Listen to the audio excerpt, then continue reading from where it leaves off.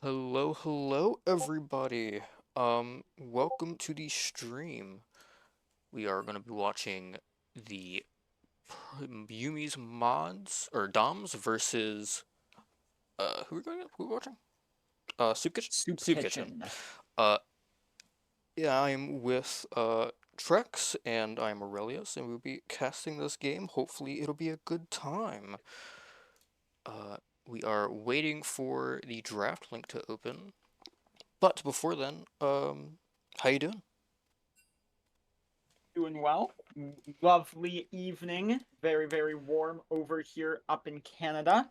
Hopefully, the Oof. weather is good for everyone else watching the stream as well. Uh, I can't imagine it's actually warm in Canada. It truly is. It's a little bit too hot, honestly. The last week I was kind of sweating. The air conditioning was not working. Um, but it's all good now.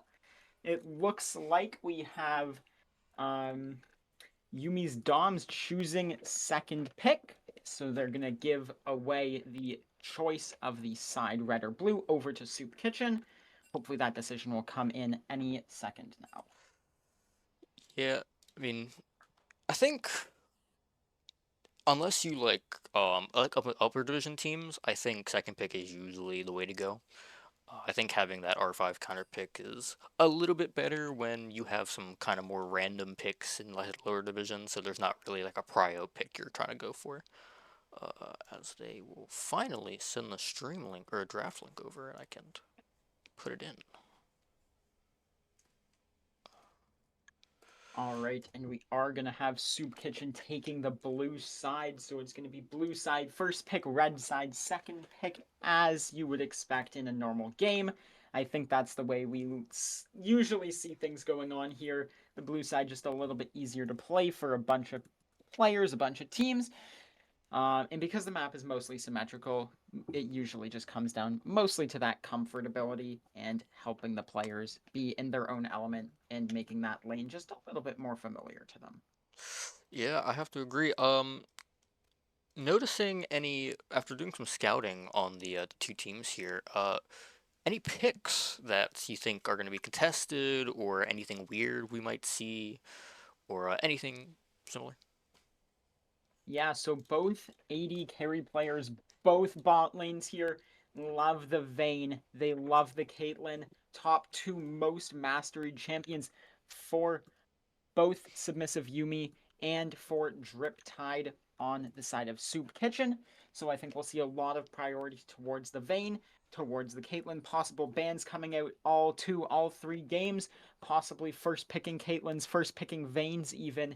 So lots of prio there towards those because it is fearless. So if you can deny that Caitlyn pick, you take it yourself, then you don't have to worry about the opponent taking it for the rest of the game. Yeah, I think a champion like Caitlyn is really strong right now, and I think the team that either the blue side team that wants to take first pick Caitlyn will have an advantage. So I wonder if Yumi's will ban the Caitlyn in fear, or if they have like a good counter pick, like an Ezreal or some type of like mage bot lane duo that they're planning on answering with. But I think it'll be interesting to see, and it looks like both teams are almost ready for draft to begin.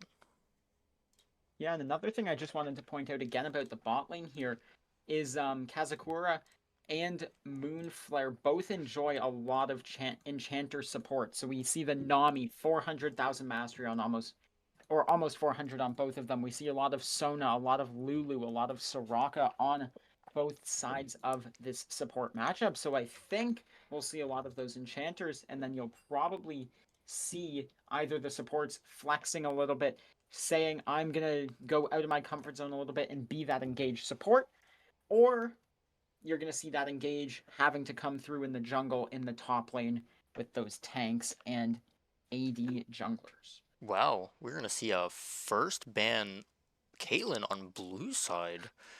I don't think we were expecting that to come out from Soup Kitchens here. Um, Yeah, honestly, I was expecting the Caitlyn ban. I didn't think Soup would ban it. However, I guess they're just not quite comfortable first picking that Caitlyn, so they ban it away. We see the Ivern ban coming through on the side of Yumi's. We know that Sergeant Suvlaki here plays a or sorry, Emperor plays a lot of Ivern here on the side of Soup Kitchen, so taking that comfort pick away makes a lot of sense for Yumi. Yeah, they will also take away the Shen pick. Ooh, they'll first pick Mbessa. I mean, I think Abessa is a pretty strong blind top laner. I also think he's a pretty strong jungler in period. I wonder if their top laner is going to answer with like a bruiser like Renekton, which historically is pretty good into a Mbessa blind pick, but we'll have to see what Yumi's answer is. Yeah, for sure. We know Sergeant Souvlaki here. He has been playing a few of these Ambessa games recently, getting some experience in onto that. Emperor, it looks like he doesn't play much Ambessa, only 2000 mastery, but if the draft looks bad for Ambessa top, we could always see it in the jungle. Yeah, I mean, they will, Yumi's will pick up the Nocturne here. I know that their mid laner, I believe, plays a bit of Orianna, so I wonder if they're going to take this Nocturne Orianna combo pretty early on. No, they will instead take the Poppy, which will maybe be going top lane in order to counter the Ambessa and all of her dashes, but it could also be flex support if needed. Yeah, so keeping that flexibility open, not wanting to give the counter pick mid over, and we are going to see the Aphelios Lulu slammed down on the side of Soup Kitchen, so that's one of the enchanters gone. The Lulu both supports played a lot, so we'll see. We'll probably, I would expect, a support or a AD carry choice here on the side of Yumi's. Yeah, I think we might see something like a. I don't know if Vayne would be very good here, but he definitely is a Vayne player. Because he's not like an Ashe or a Sivir, or they will just take over the Milio. Pretty strong champ. Oh, never mind. They'll take up the Nami. Another one of the stronger enchanters that are open right now, but that is two enchanters gone uh, because of Fearless. So we'll see what they will have planned now. Yeah, I think we're going to see those enchanters get picked away more and more as this series progresses, but we still got some bans to go through here in this first game on the side of Yumi's. Almost certainly we're going to be seeing some mid bans. There we go. There's the Malzahar possibly banning out this Vayne here on the side of Soup Kitchen, not wanting to deal with it. I don't know if Vayne Nami is quite the play. Could be a little bit worried about it given how much submissive Yumi plays the Vayne, but we're going to take away the Karthus in the jungle first. Uh, I mean, it's a kind of a weird. I'm a very big fan of Malzahar bans because I think that champ is miserable. Unless you're a Smolder mid player, that lane is awesome. Um, but I think Karthus is a bit of an odd ban unless they're expecting like a Karthus ADC with this Nami, but I don't know. Big Orianna ban to deny the Orianna Nocturne combo though.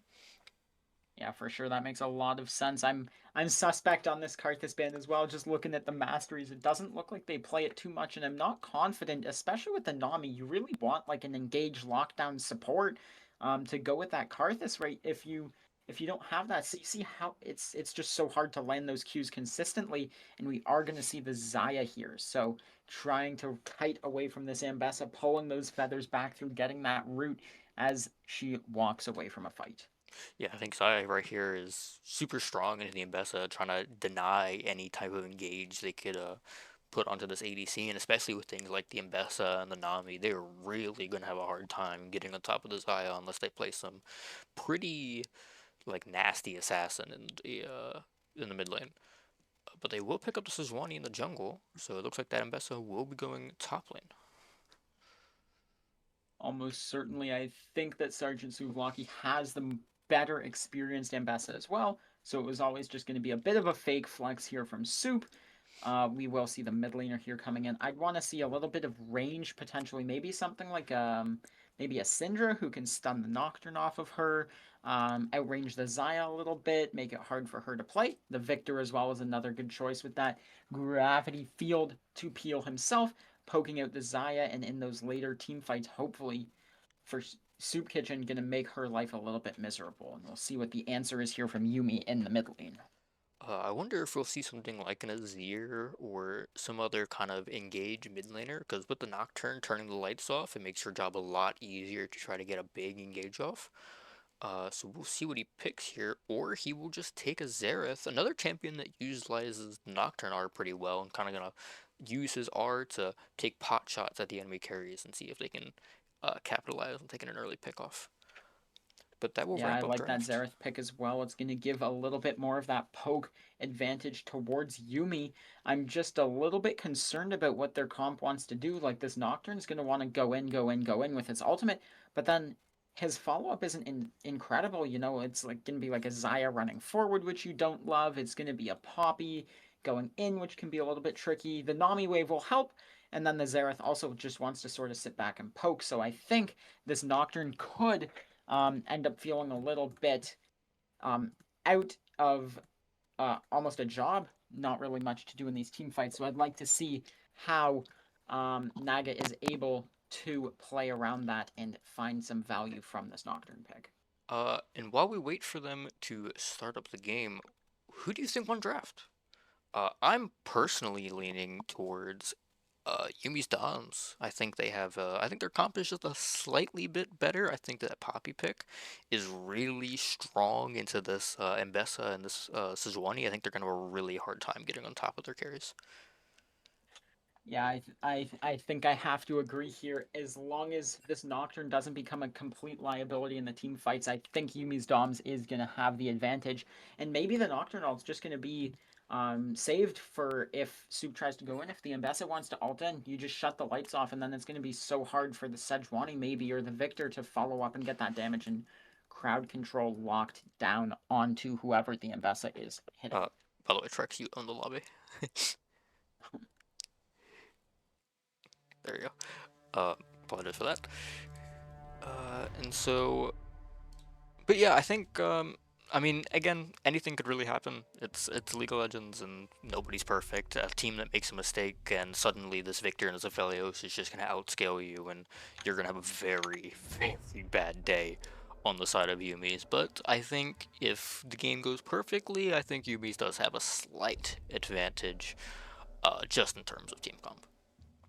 But we will have to see. And so while we wait for the game to start, we will cut to a short little break.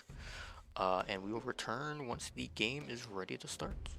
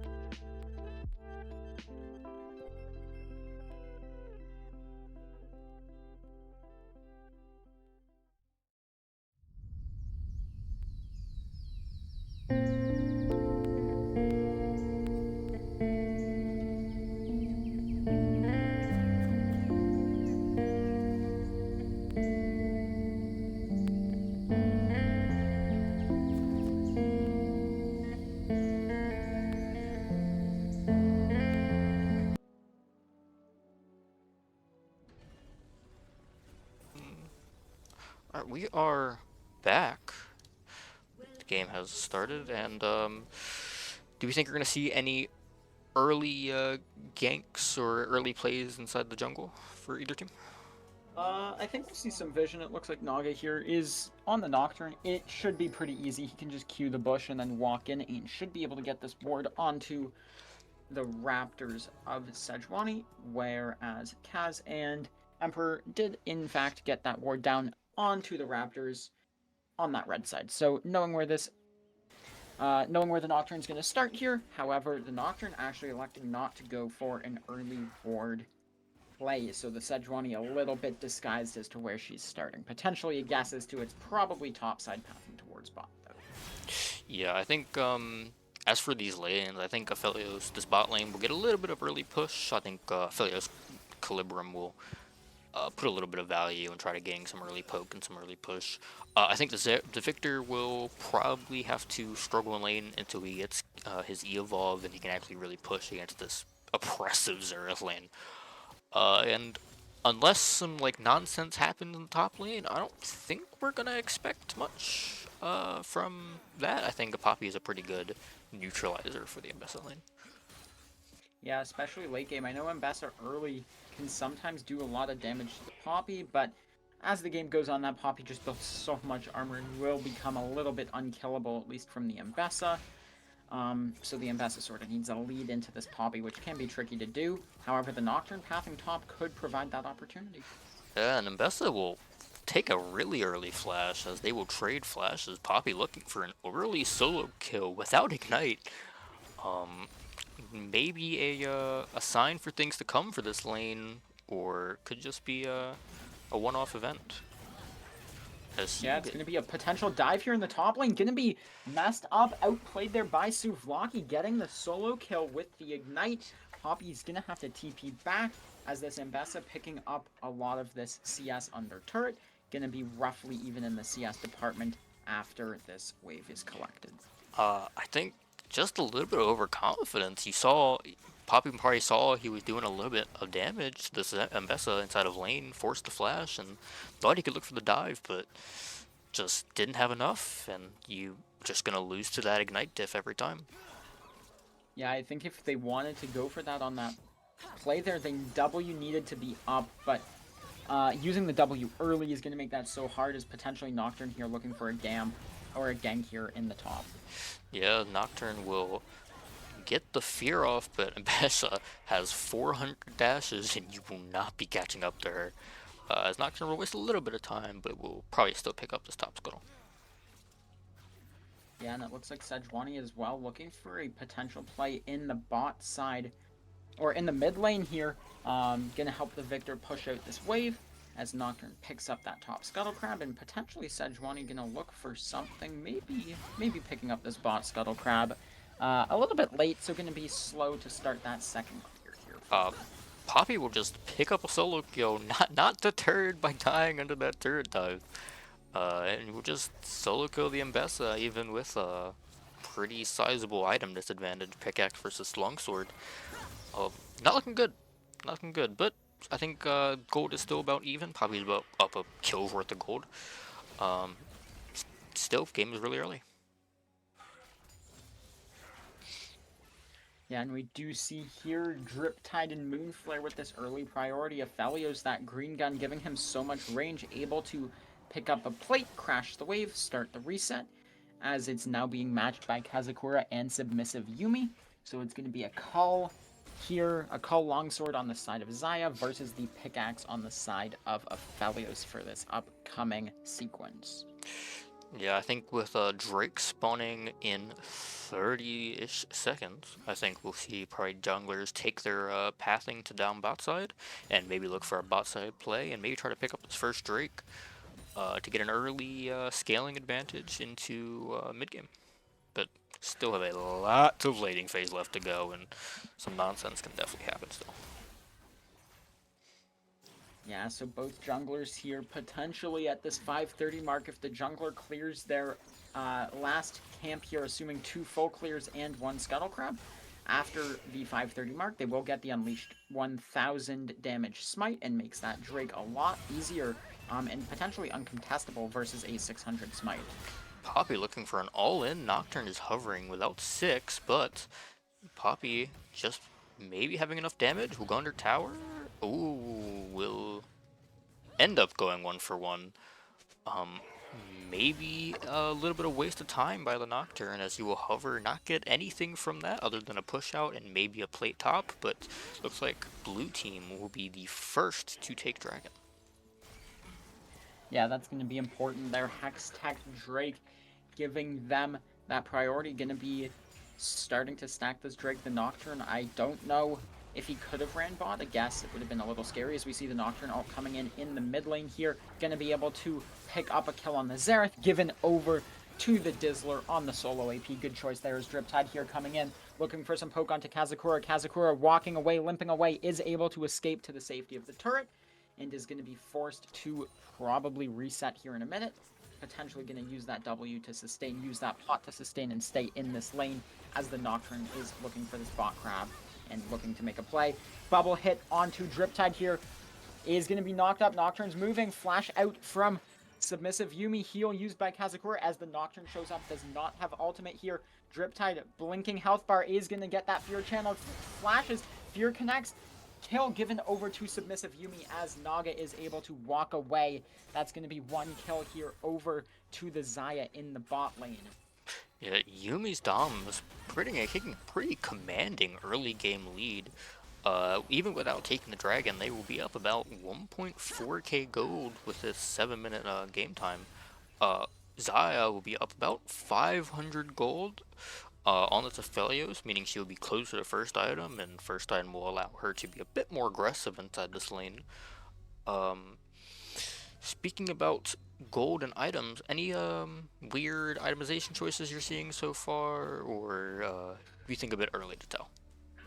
Yeah, so we do see this BF sword on the Xayah. Traditionally, I'm not like CEO Xayah player here or anything, but I do enjoy going for the Essence Reaver, and obviously that does not build from a BF sword, but potentially Xayah saying, I was gonna go for it, but maybe I just got so much gold, I'm on 1300, might as well build the BF sword and then start going towards that Yuntal Wild Arrows and doing so much damage and not going to be using so many spells to sort of rely on. Yeah, absolutely. I think if you get the opportunity to get a BF sword in bot lane, I think it's going to be hard pressed to not just buy it when you have it. Otherwise, I think Victor getting Cole here, I think he just wants to be done, as he might have to play Dance Dance Revolution, will miss all of his steps as the Dizzler will pick up another solo kill with the Zerathar there. Yeah, Emperor could be in trouble here. Stun from Xerath connects. Fear connects from Naga. Flash out from Emperor is going to be able to walk away to the safety of his mid turret, but costs his flash in the process. Yeah, it looks like that will be a wrap, as Nocturne will engage onto the Mbessa, will flash out, and with the dashes will get out, but that will probably end up being Grubs, as Poppy will probably have all the prio in the world in this lane. Yeah, it could be Grubs. It looks like the Nocturne doesn't want to go for a dive. I'm not sure. Maybe they're too scared of this Ambessa doing the things that she did level 2. Nocturne's just going to look for the Grubs, potentially spots out the Sejuani.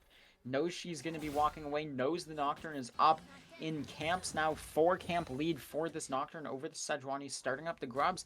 As the Poppy potentially looking to do something here at the top tower, as opposed to maybe taking a reset and then walking out with TP. Or helping the Nocturne, but no contest here coming from Soup Kitchen, so Nocturne should be able to pick up all 3 Grubs here, uncontested, smites down the last one, and is gonna look here, get spotted out by this ward. Soup Locky knows it's coming, and Nocturne needs to look for a reset relatively soon here. Potential dive here first. Ooh, unlucky. Just barely not having enough damage to kill the Victor under tower. She will get picked up by the Sejuani, of all people, which is maybe not what you wanted to happen if you're Soup Kitchen, but obviously gold is gold, no matter who it's on. Yeah, I think denying that play is big, and it's not like they're conceding anything in the top lane. The Ambessa able to play safe enough, avoid the Nocturne situation. The dive was not ever taken, not attempted from Yumi's Doms. Maybe they're saying we're already up enough, we're had enough as we see those first items coming in. We see the Luden's Echo on the Xerath, we see the Experimental Hexplate on the Nocturne, and they're going to start doing a lot more damage as we see this Drake is going to be spawning shortly. Yeah, it looks like Aphelios will be building Hex Optics first item. Didn't I again? I'm not an EDC player, but I don't think that's normal unless Storm Surge has fallen out of Storm Surge, Storm Razor, sorry, has fallen out of favor. But yeah, I think Red side having all these item advantages, I think that gives them a pretty free Drake take as we move to look to fight in the mid lane. Yeah, Sejuani could be in some trouble here if this Nocturne counter gank's going in onto the Xerath. Nocturne shuts the lights off. Dizzler under turret. Can he escape? Is on a sliver of a health bar. Sejuani picks it up. Naga picking up the kill onto the Victor. It's jungler on jungler violence now. And Naga on this Nocturne able to use the Q to take out the Sejuani. Could be converted into a Drake here if the bot lane of if the bot lane of Yumi's Doms here can find some priority to do it. I wouldn't be surprised if Victor just starts hitting Drake and just lets his bot lane be. I think with the Sejuani dead and he has no smite, but I think he will still be able to kill it in time. Unless the Victor with a TP tries to make something happen. Yeah, the Aphelios and Lulu here would have to move to stop the Drake. They're not or are going to be too slow. Submissive Yumi, Kazakura are going to be able to match this, stop them. 500 health on the Drake. Zoning here from the Xayah. Bubble hit. Could be a fight. I think this is just going to be a short trade, though. Ult comes in from the Nami. It's going to be a full-on all-in. Moonflare flashes out, heals out. Driptide flashes out. Ult here from the Yumi. Another massive bubble from Kazakura. Submissive Yumi picking up the kill onto the Lulu as Naga able to finish off the Aphelios. 2 kills and a Drake for absolutely nothing in return for Submissive Yumi here. There has been a lot of fighting this game. Every time we look, there is either a top lane play or there's some big trade in the mid lane or the bot lane. It's been a fun game to watch. Just pure bloodbath energy coming out from both teams. Yeah, and I think potentially now we'll see a little bit of a lull in that. Maybe we'll be able to catch our breath here. We've got 4 minutes until the next Drake, 7 minutes until Herald, and it's going to be a while before there's an objective that's really forcing them to fight over. Obviously, they still could, on their own vacation, just choosing to fight. Let's do it. Why not? Limit test. Flip the game. Why not?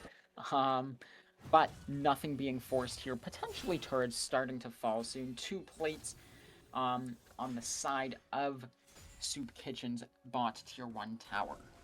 Yeah, 2 plates top, 2 plates bot. We'll maybe see Victor try to play towards this Herald in the next minute and a half and look to start breaking open these turrets with the team having like really good push right now with all their leads.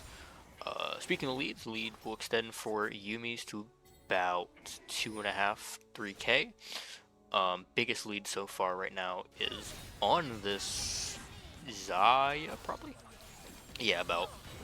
Oh my, wait, Poppy looking for a solo kill. Nocturne will dive him, will not get the Q, and will go 1-for-1 there. Definitely a misplay on the dive, as Investo will pick up a fat 700 gold bounty from the Nocturne. Yeah, I think a little bit of miscoordination there. The Nocturne not able to go in as soon as possible, and now the Poppy could get caught out. The Sejuani does so much damage. She only has a Heartsteel, but the passive, the W, is able to do a lot of damage. Headbutt goes into the Poppy. The Whip is able to secure the kill. The wave is crashed, and Mbessa will be pretty happy with that. The Poppy now is going to be losing an entire cannon minion. Yeah, it looks like Victor will be getting Ard under tower. This guy doesn't miss. Somebody check his PC. As he will just take another solo kill on this Victor, as the gold lead will extend mid lane to 1k. That might be a problem for this Aphelios and this Victor and coming into the late game with a Xerath this fed in the first 15 minutes. Yeah, I think this is where Soup Kitchen starts to get a little bit worried. They know they're roughly even in CS, but just the kill department, there's 5 more kills on the side of Yumi's Doms. They're going to start looking here for some plates in the top lane. Souvlaki able to pick 2 up there for his troubles, as we see the Herald now onto the Rift. Next point of contention, and we'll see what the teams decide to do about that. At the moment, Nocturne looking a little bit stronger than the Sejuani with some components. Top lane roughly even at the moment due to that shutdown that we saw a couple minutes ago. And then the mid lane looking a little bit favored towards this Xerath with those completed tier 3 boots. Yeah, Xerath will go 2v2 in the mid lane. Xerath's gonna flash out as ults will be popped, but it looks like nobody really died. Looks like more damage will be taken on the side of Yumi's, but overall, I think both junglers will just go back to their camps and wait for a Herald play to start. Yeah, possibly another play here from the Sejuani into this mid turret, looking for another chunk onto the Dizzler, onto the Xerath, potentially a kill. Emperor going for the dive is going to not have enough follow-up from his Victor and is forced to flash out. So now the Sejuani looking significantly weaker on this Herald contest that could start any second now, as the Nocturne finishing his second item now with that Stride Breaker complete as well, the first champion on the Rift to be at 2 items. I think I think Red Side Doomies might have watched, or actually both teams at this point, might have watched a bit too much pro play and saw a bit too many turret dives, and they're trying to replicate it and failing. I think both teams have had some questionable tower dives this game, and hopefully they will settle it down to stop the bleeding of just losing flashes and dying on a turret. Yeah, and we do see this Drake spawning Sejuani taking a base. Naga potentially gonna start this up. Has the priority in the mid lane to do it. The Dizzler able to push the Victor, and the Victor is gonna have to take a reset here, buying some tier 3 boots of his own, as it's gonna be 4 members here on submissive Yumi's side, able to take away this Drake. That's gonna be 2 Drakes now for submissive Yumi, 1 for Soup Kitchen, as we look towards the Herald as the next objective. Yeah, I think Cloud Soul, one of the most powerful souls in the game. I think very useful sometimes like a Nocturne and for like the Xayah. I think the Soup Kitchen will need to stop the bleeding of dragons as they will look to dive the Xerath. Big chunk. Nocturne will answer once again. They will pick up the Xerath. I think they will go 1-for-1 with this Victor. It's just a simple 1-for-1 in the mid lane. Yeah, it is going to be Victor's flash being used and still going down, though. I mean, I think that's a reasonable trade, stopping some of those Dark Seal stacks from coming through on the Xerath, getting some own on your Sejuanis, and when you're losing, they're only about 2,000 down here, Soup Kitchen, but any trade when you're losing is or any equal trade when you're losing is good, as if you're down 5,000 gold at minute 0, obviously that's going to be a much bigger deficit than if you're at 5,000 gold down at minute 30. So just getting both gold counts up makes the relative gap a little bit less scary. Surprised we haven't seen either jungler look to take this Herald. Looks like Nocturne might be on the way now, as it will despawn in about a minute and a half. Let's see if Nocturne can take it in time, as he will instead start backing for some reason. Yeah, gonna elect not to. Big bubble here hitting the bot lane. Driptide losing half his health to the Xayah. Xayah as well losing half her health, as we see the Sejuani maybe gonna look for a play here towards the mid lane or bot lanes with their laners falling a little bit low. Xerath gonna be hovering towards this bot side, as we could see Driptide and Moonflare in some trouble. Everything being used from this Lulu. Aphelios still going down, but Moonflare on this Lulu is gonna be able to limp away, escape to the turret, as Sejuani now looking for a play in the enemy jungle. Could be caught out here by the Xerath, by the Nocturne, though has so much damage. The Xerath health bar falls and now causes here on the Victor. Potentially it's the Nocturne in trouble, is going to be able to run away, as the bot lane here on the side of Yumi's Doms is going to be here to support. And there will be another team fight in the river. It'll be a 3v3. Probably will decide who gets this Herald, as it looks like Yumi is going to be forced out by this Victor ult, and just the Sejuani just being a massive tank going in, forcing the Nami flash out, as she will get feared. and both teams will run out, and Soup Kitchen will just take this Nocturne's jungle as they look like a pretty strong team, despite the gold difference.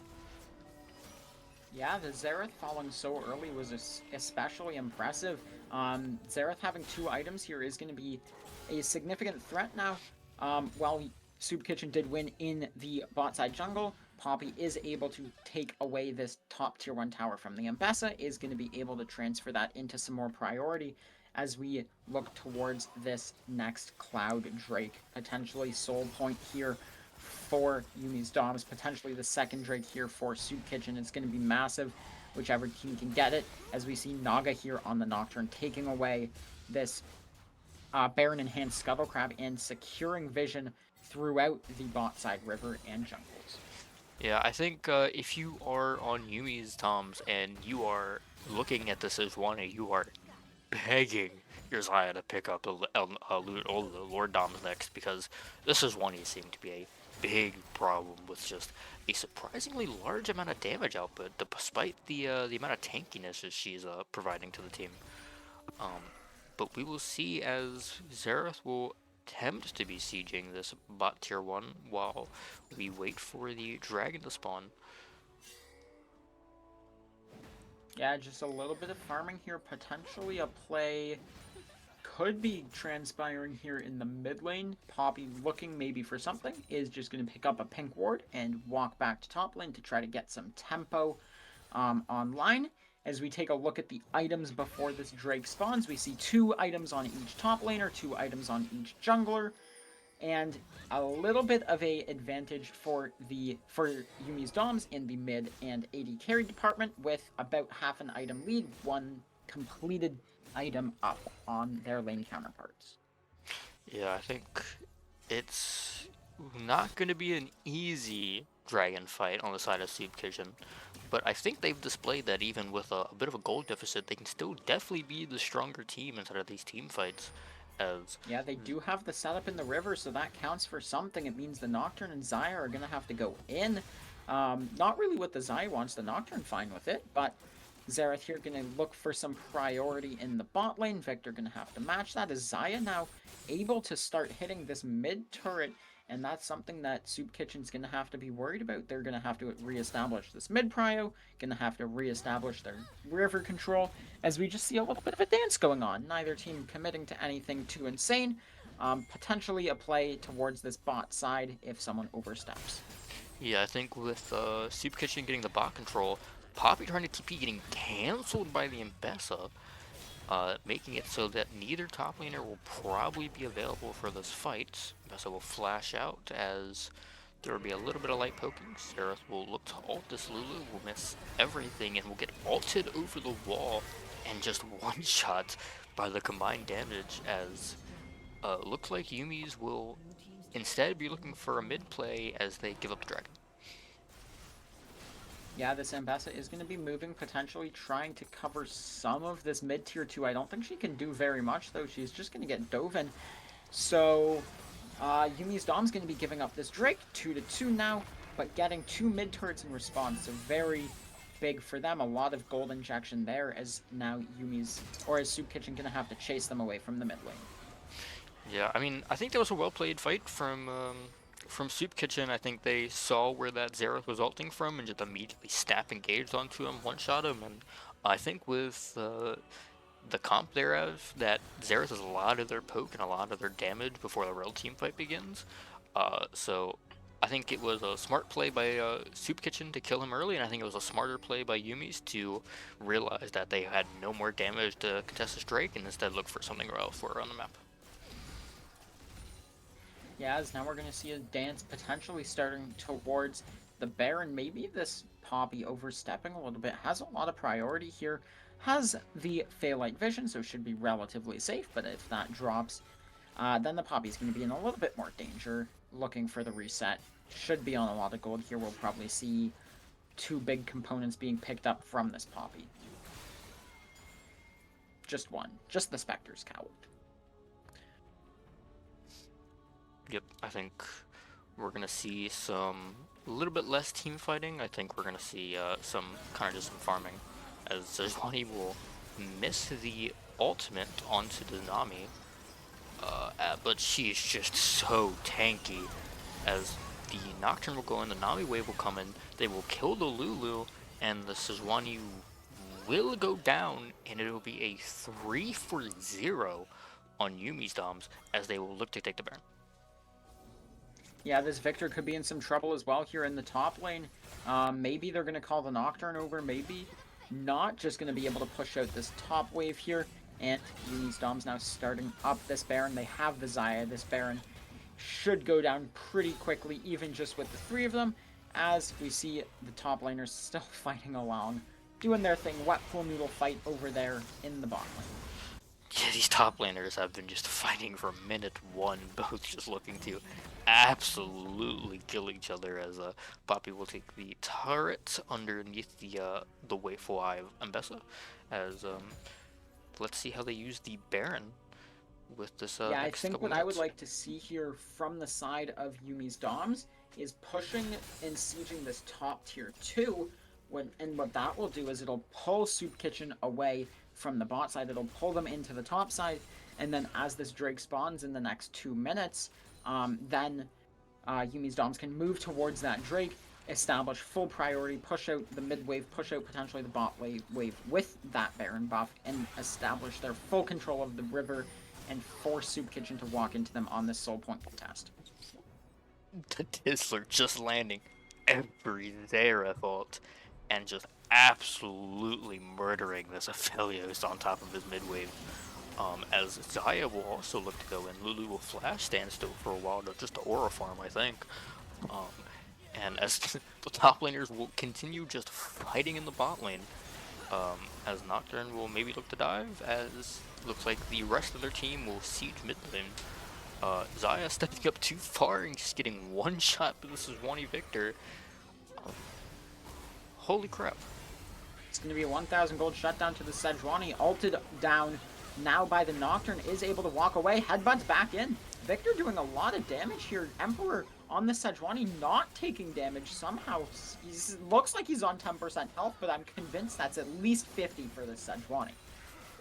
At least 50% health bar left as this Poppy now TPing over. Objective bounties falling off, signaling that the game's getting a little bit closer. It's a 6,000 gold lead here for Yumi's Doms as potentially another engage onto Kaz coming through. Tries to flash, is not going to be able to make it out. Is Driptide now looking towards this Poppy, the Xerath. Ult, and Driptide is going to fall to the Xerath one more time. Ambessa now looking for some revenge, looking to avenge his bot lane, as Kazakura could potentially do something to try to peel his mid laner off here. Gets the ult down, gets the heal down, gets everything, and gets the peel off successfully. And Souvlaki now in some trouble. Is one shot, could be poked out by the Xerath, has to flash out as they are completely routed. Yumi's Doms has complete control now of this mid wave, gonna start sieging this mid tier 3. Wow, that's a solid, like, 3-4 minutes of just a pure fighting. We'll end up with Yumi's Doms on top of it. He will take that mid inhib and look to back as Drake will just spawn. This will be either team's soul point. And a pretty important Drake to take, because I will just take the red buff before getting prepped for Drake. Yeah, I'm not sure how Soup Kitchen wants to approach this. It's going to be a very difficult contest if they choose to go for it. It looks like they're not Emperor just electing to farm some of his camps. Going to be giving away this Soul Point Dragon. It's not the end of the world. It's not the soul. It's just Soul Point. It gives them a timer, 5 more minutes to scale to get as much gold into their pockets as they can before this Drake is going to force a massive team fight and potentially the end of the game. Yeah, I think if you're a Soup Kitchen, you're a little bit upset about how the kill distribution, the gold distribution ended up being with Sejuani taking most of the team's kills as a tank. Even though she did provide a lot of value early game with some dive covers and some pretty much stopping the Xerath from completely taking over mid lane.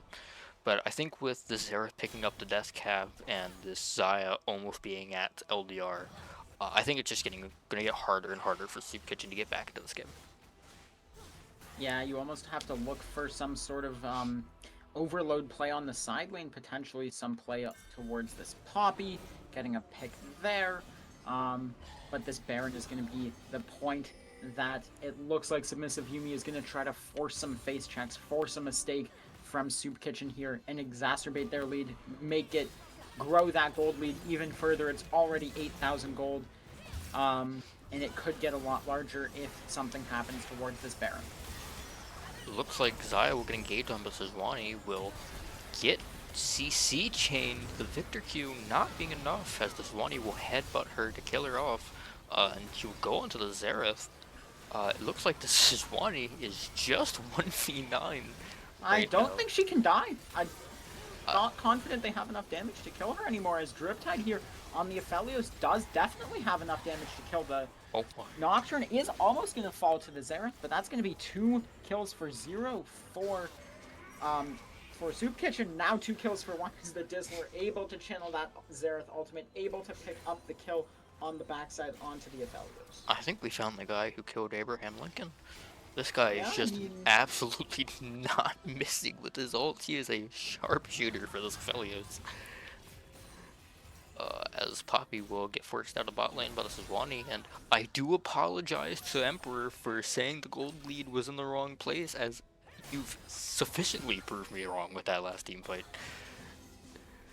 Alright, here we go. The Sejuani now has the Unending Despair completed, but the Zaya finishing the LDR. So I think at this point, it's gonna be Sejuani versus the Zaya, and whoever wins that 1v1 in the midst of a 5v5 is gonna win the team fight, because I'm not confident that this Nocturne and the Xerath have enough damage to kill the Sejuani anymore. No, I think we see Zera picking up the Void Staff here. I think that might help against the Sejuani, but with the Sejuani having Rukern, I think it's going to be a little bit harder to get some damage out, and you're going to need that sustained damage from your ADC. Uh, but with Nocturne also having Black Cleaver, it kind of does make the Zaya's job a lot easier, as, yeah, it will be just a job of, if they can peel the Zaya, Zaya just, wow, forcing out the Lulu ult for the Aphelios, which will be a huge cooldown, as it looks like Yumi's will just rush Baron. It does look like it. This is the Baron. There's 3 variants. This Baron variant does the most amount of damage, so that's going to be good for Soup Kitchen as they look to contest this Baron on 6,000. This Sejuani looking in. Poppy ulted out. Baron is going to reset. Lights get shut off. Naga killing Driptide. Kills falling. Moonflare falls as well. Sergeant Souvlaki tries to go in. It's going to be a double kill for the Zaya. Emperor now on top of the Zaya. If the Zaya falls, it could be playable, but Naga able to peel the Zaya just enough. Triple kill now for Submissive Yumi, as Kaz trying to run away with his life. The only member left standing on Soup Kitchen, trying to run between the 2 standing mid turrets, getting chased by the Poppy. It's just a matter of time, I think, before this Poppy catches up. Gravity Well from the Victor. Poppy dashing through onto the Wolves, able to escape that, as now the rest of Yumi's Doms is going to be hitting the Baron, taking that down. Poppy preventing this Victor from doing anything. The Gravity Well finally getting the stun. Victor able to escape with his life, but I think it's too much damage done. The Dragon now spawning very shortly. It's going to be 30 seconds for that, as Yumi's Doms picking up the Baron, up now over 11,000 gold. Yeah, I think this is the beginning of the end for Soup Kitchen, as almost a scary team fight for Yumi's, but I think diving onto the backline before Sejuani can even get back from that massive Poppy ult really sealed the deal, as Yumi's will pick up this Cloud Drake, get the Cloud Soul, and will probably look to siege to end the game. Able to lock it down. We see the Xerath channeling the ultimate. Kaz, not like his AD carry, not like the Aphelios, only getting hit by 1 of the bullets. So that's going to be a wasted Xerath ult here. Potentially something. Maybe the Aphelios can play now, not going to be losing his entire health bar from 3 screens away. But it's going to be up to Soup Kitchen to find a way to stop this Zaya from shredding the team fight, and it's going to be even harder as the QSS now online for Submissive Yumi's Zaya. Yeah, I think with Poppy coming to this lane, I think they're going to look to engage here. Yep, Zaya getting the root into Zwanni and just almost melted. Zaya will pop the R and will continue just auto attacking Sejuani, as I think after that Sejuani dies, the rest of the team will just be melted by the power of this Sejuani, or the Zaya and this Victor, or Xerath, sorry. As Vesta will make a last ditch effort to ult the Xerath, but I think we will see the end of game one with Yumi's Doms taking game one. Yeah, it's going to be a triple kill for the Zaya. The QSS utilized the ultimate there, coming up just in time, being utilized by the Xerath. Triple kill now for the Xerath. Just For the Zaya, dive under the fountain, able to pick up that one final kill as the Nexus falls with only Yumi's Dom's Nexus remaining. I think that was a very good game by Yumi's Doms. I think it was a little bit scary coming into that mid game with the Sejuani kind of just taking over and just killing people, not being able to kill. But I think once that Zaya got that LDR, I think that was the beginning of the end for Soup Kitchen. Yeah, we see 43,000 damage here coming in from the Zaya, 40,000 from the Xerath, and that's what we were talking about at the start. If those two champions get to play the game the way they want, they're going to run away with it. On the side of Soup Kitchen, 28,000 from the Sejuani. That's going to be almost the same as her AD carry, who only did 28,200 damage himself. So really well played there. That Sejuani was looking scary for a while, but the Zaya able to get that LDR, able to have that gold lead, snowball on enough of the teammates, and able to secure the first game. Yeah, I think just overall really well played. I think Soup Kitchen definitely showed signs of life that game. It'll be pretty interesting to see them go into game two. But I think while we wait for the next game draft to start, I think we will cut to a short little break as they determine things like side selection and take a little break from the game.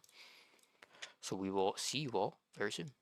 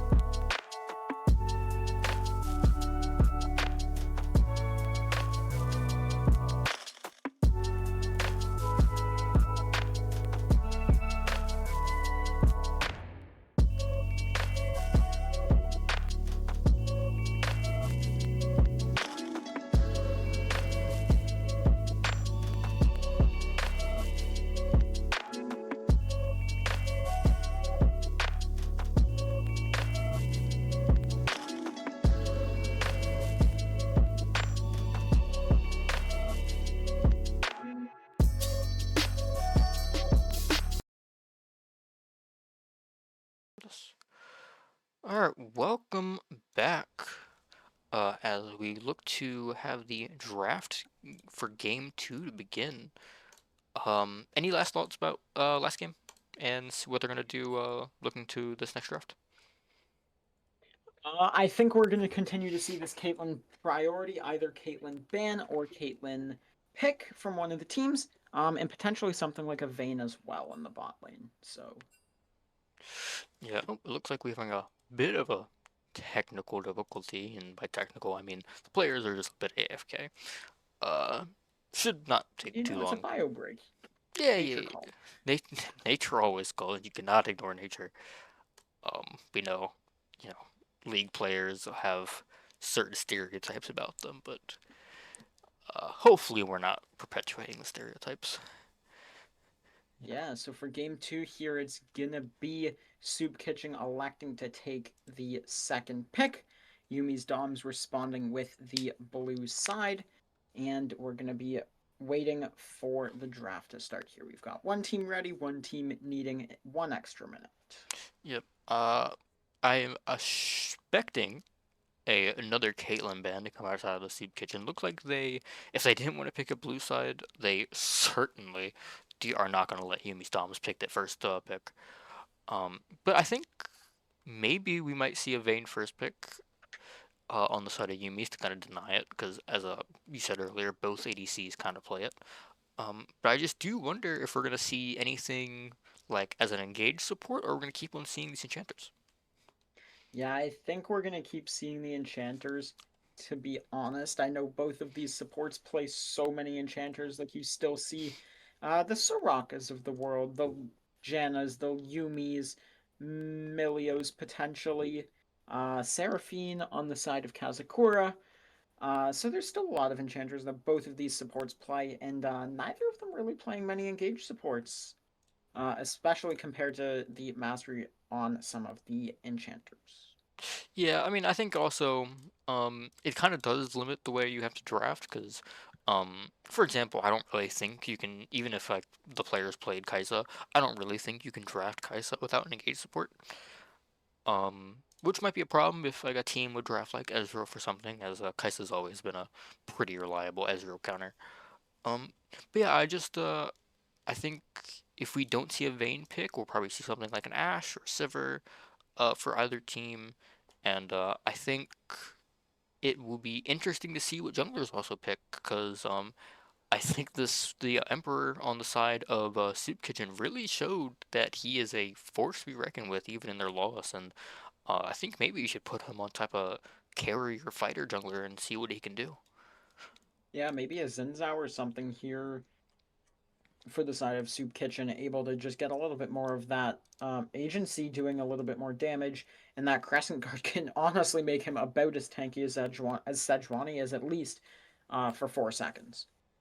Yep. So we Ooh. see our draft is called from both teams as we start it up. We're going to see a Fizz ban from Yumi's Doms. Yeah, that Fizz pick. I think the Soup Kitchen mid laner is a Fizz aficionado, to say the least. And I don't think they want to deal with the amount of burst and amount of survivability a champion like Fizz brings to the table. Yeah, so it is also from the jungle, actually. Emperor plays a lot of the Fizz as well. 400,000 mastery on the Fizz. Almost as much as the Ivern, to be honest. So makes sense banning that away. We see the Ivern as well. So definitely targeting Emperor here a lot. As we see Soup Kitchen picking away the Seraphine. That's something that Kazakura loves to play. Um, but Moonfall doesn't really, or Moonflare doesn't pick as much, so that Seraphine ban is going to restrict the Yumi's Dom's champ pool, but not their own. Yeah, but I think Nunabed's a little weird. Never, you don't really see that champion picked much inside of coordinated play. We actually did see it picked up yesterday. Um, did lose, but I think just a kind of a weird champ. It's a good frontliner, but I don't think it really does much beyond kind of just throw snowballs at people and just do a lot of CC. As Yeah, Yumi's Jinx will. banned out, Caitlyn banned out. I think I wouldn't be surprised. Honestly, I wouldn't be surprised if we see a Vayne slammed first pick here. Um, Not saying it's going to happen, but It's It is. possible. Potentially some sort of flex pick or jungle is as another option, but those would be my top three as we see the Zinzao. So it's going to be a jungle pick here, and Soup Kitchen's going to be able to respond here. Yeah, I mean, I think I like Zinja Pick. I think that champ is pretty strong, just overall pretty strong early and scales pretty well. That ultimate being a very big problem if you don't have a way to get inside of it, provides them with a lot of survivability. I wonder if Soup Pitching is going to answer with their own jungler, or they'll take like a bot lane duo, or they're going to take like a mid jungle duo, or something of the like, as they will pick up the Trist, which I believe could go mid, if I recall correctly. But it is a pretty reliable flex. Yeah, so Kaz does play some of that Tristana. Driptide does as well, so I suspect they're gonna keep it as a flex for as long as you conveniently can. Possibly gonna give top lane this last pick in the end, so breaking it on pick 4 if I had to guess, as we see the Wukong, the Monkey King, is gonna be locked in on the red side too to sort of match the Zinzao and does have a lot of damage to do so.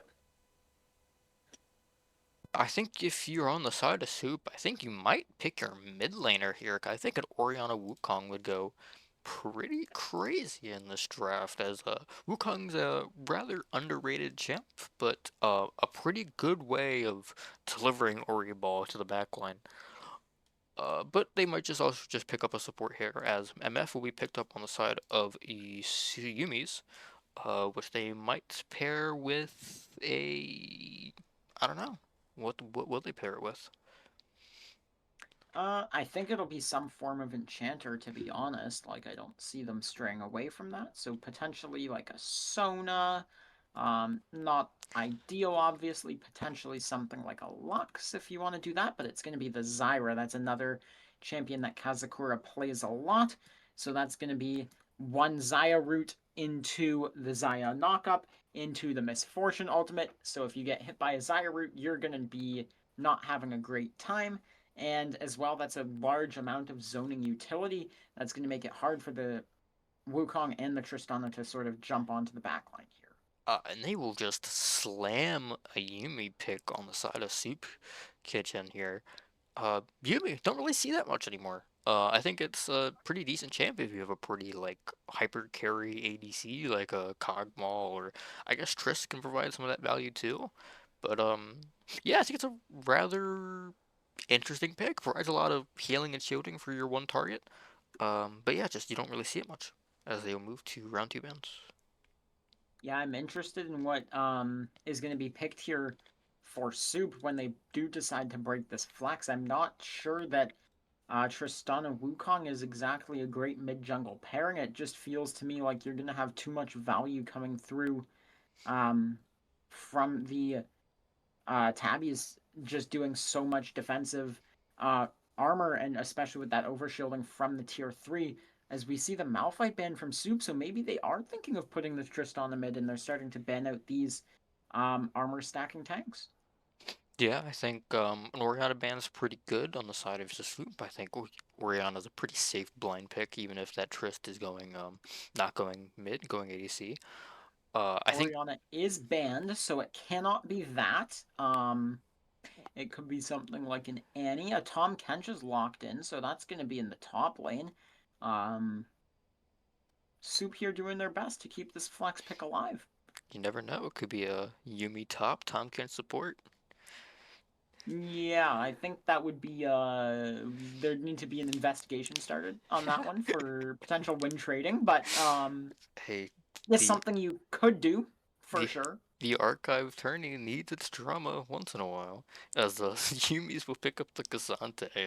I think a pretty popular champ with Spyro. I think that's a one probably his most played top lane this season. As it is also just a really safe pick. I think it goes well into everything. I don't think it's going to have too much of a problem with Tom Kench, as they will look like to save the mid ADC blind for Soup, as Yumi will pick up LeBlanc as their mid blind kind of. Yeah, I do believe that the Dizzler plays a lot of the LeBlanc. Yeah, it's his most played AP mid laner. Second only to the Zed, which obviously in this composition would not provide enough uh magic damage value. So the LeBlanc making a lot of sense. I think it was either that or something like an Azir, maybe, as we see Soup here looking for something like the Malzahar, providing a lot of lockdown on this LeBlanc. If the LeBlanc tries to go in, the Malzahar hits R, and as long as the Malzahar's player is not akin to Cage Roll, the LeBlanc won't be able to move. uh, Shout out to Cadro. Get him to co-stream this. That'd be glorious. Um, how are you feeling about these two drafts? Who are you leaning toward looking into this game too?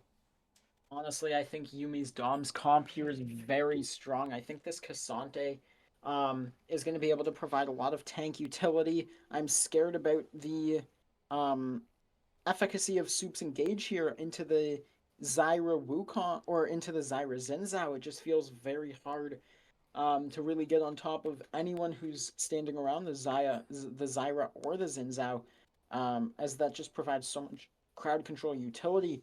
Um, if I were to say the silver lining, I think there's not a ton of setup for the Misfortune ult. So that could be something that Soup Kitchen is going to be looking to abuse. Yeah, I have to agree with you on the Yumi's dump. I think they just have a overall better comp. I think it's gonna be a lot harder for Soup to get in, other than like a Wukong engage into the Malzahar ult. But I think they just have a lot more. Yumi's have a lot more options. He can stay actually a lot more range compared to Soup Kitchen.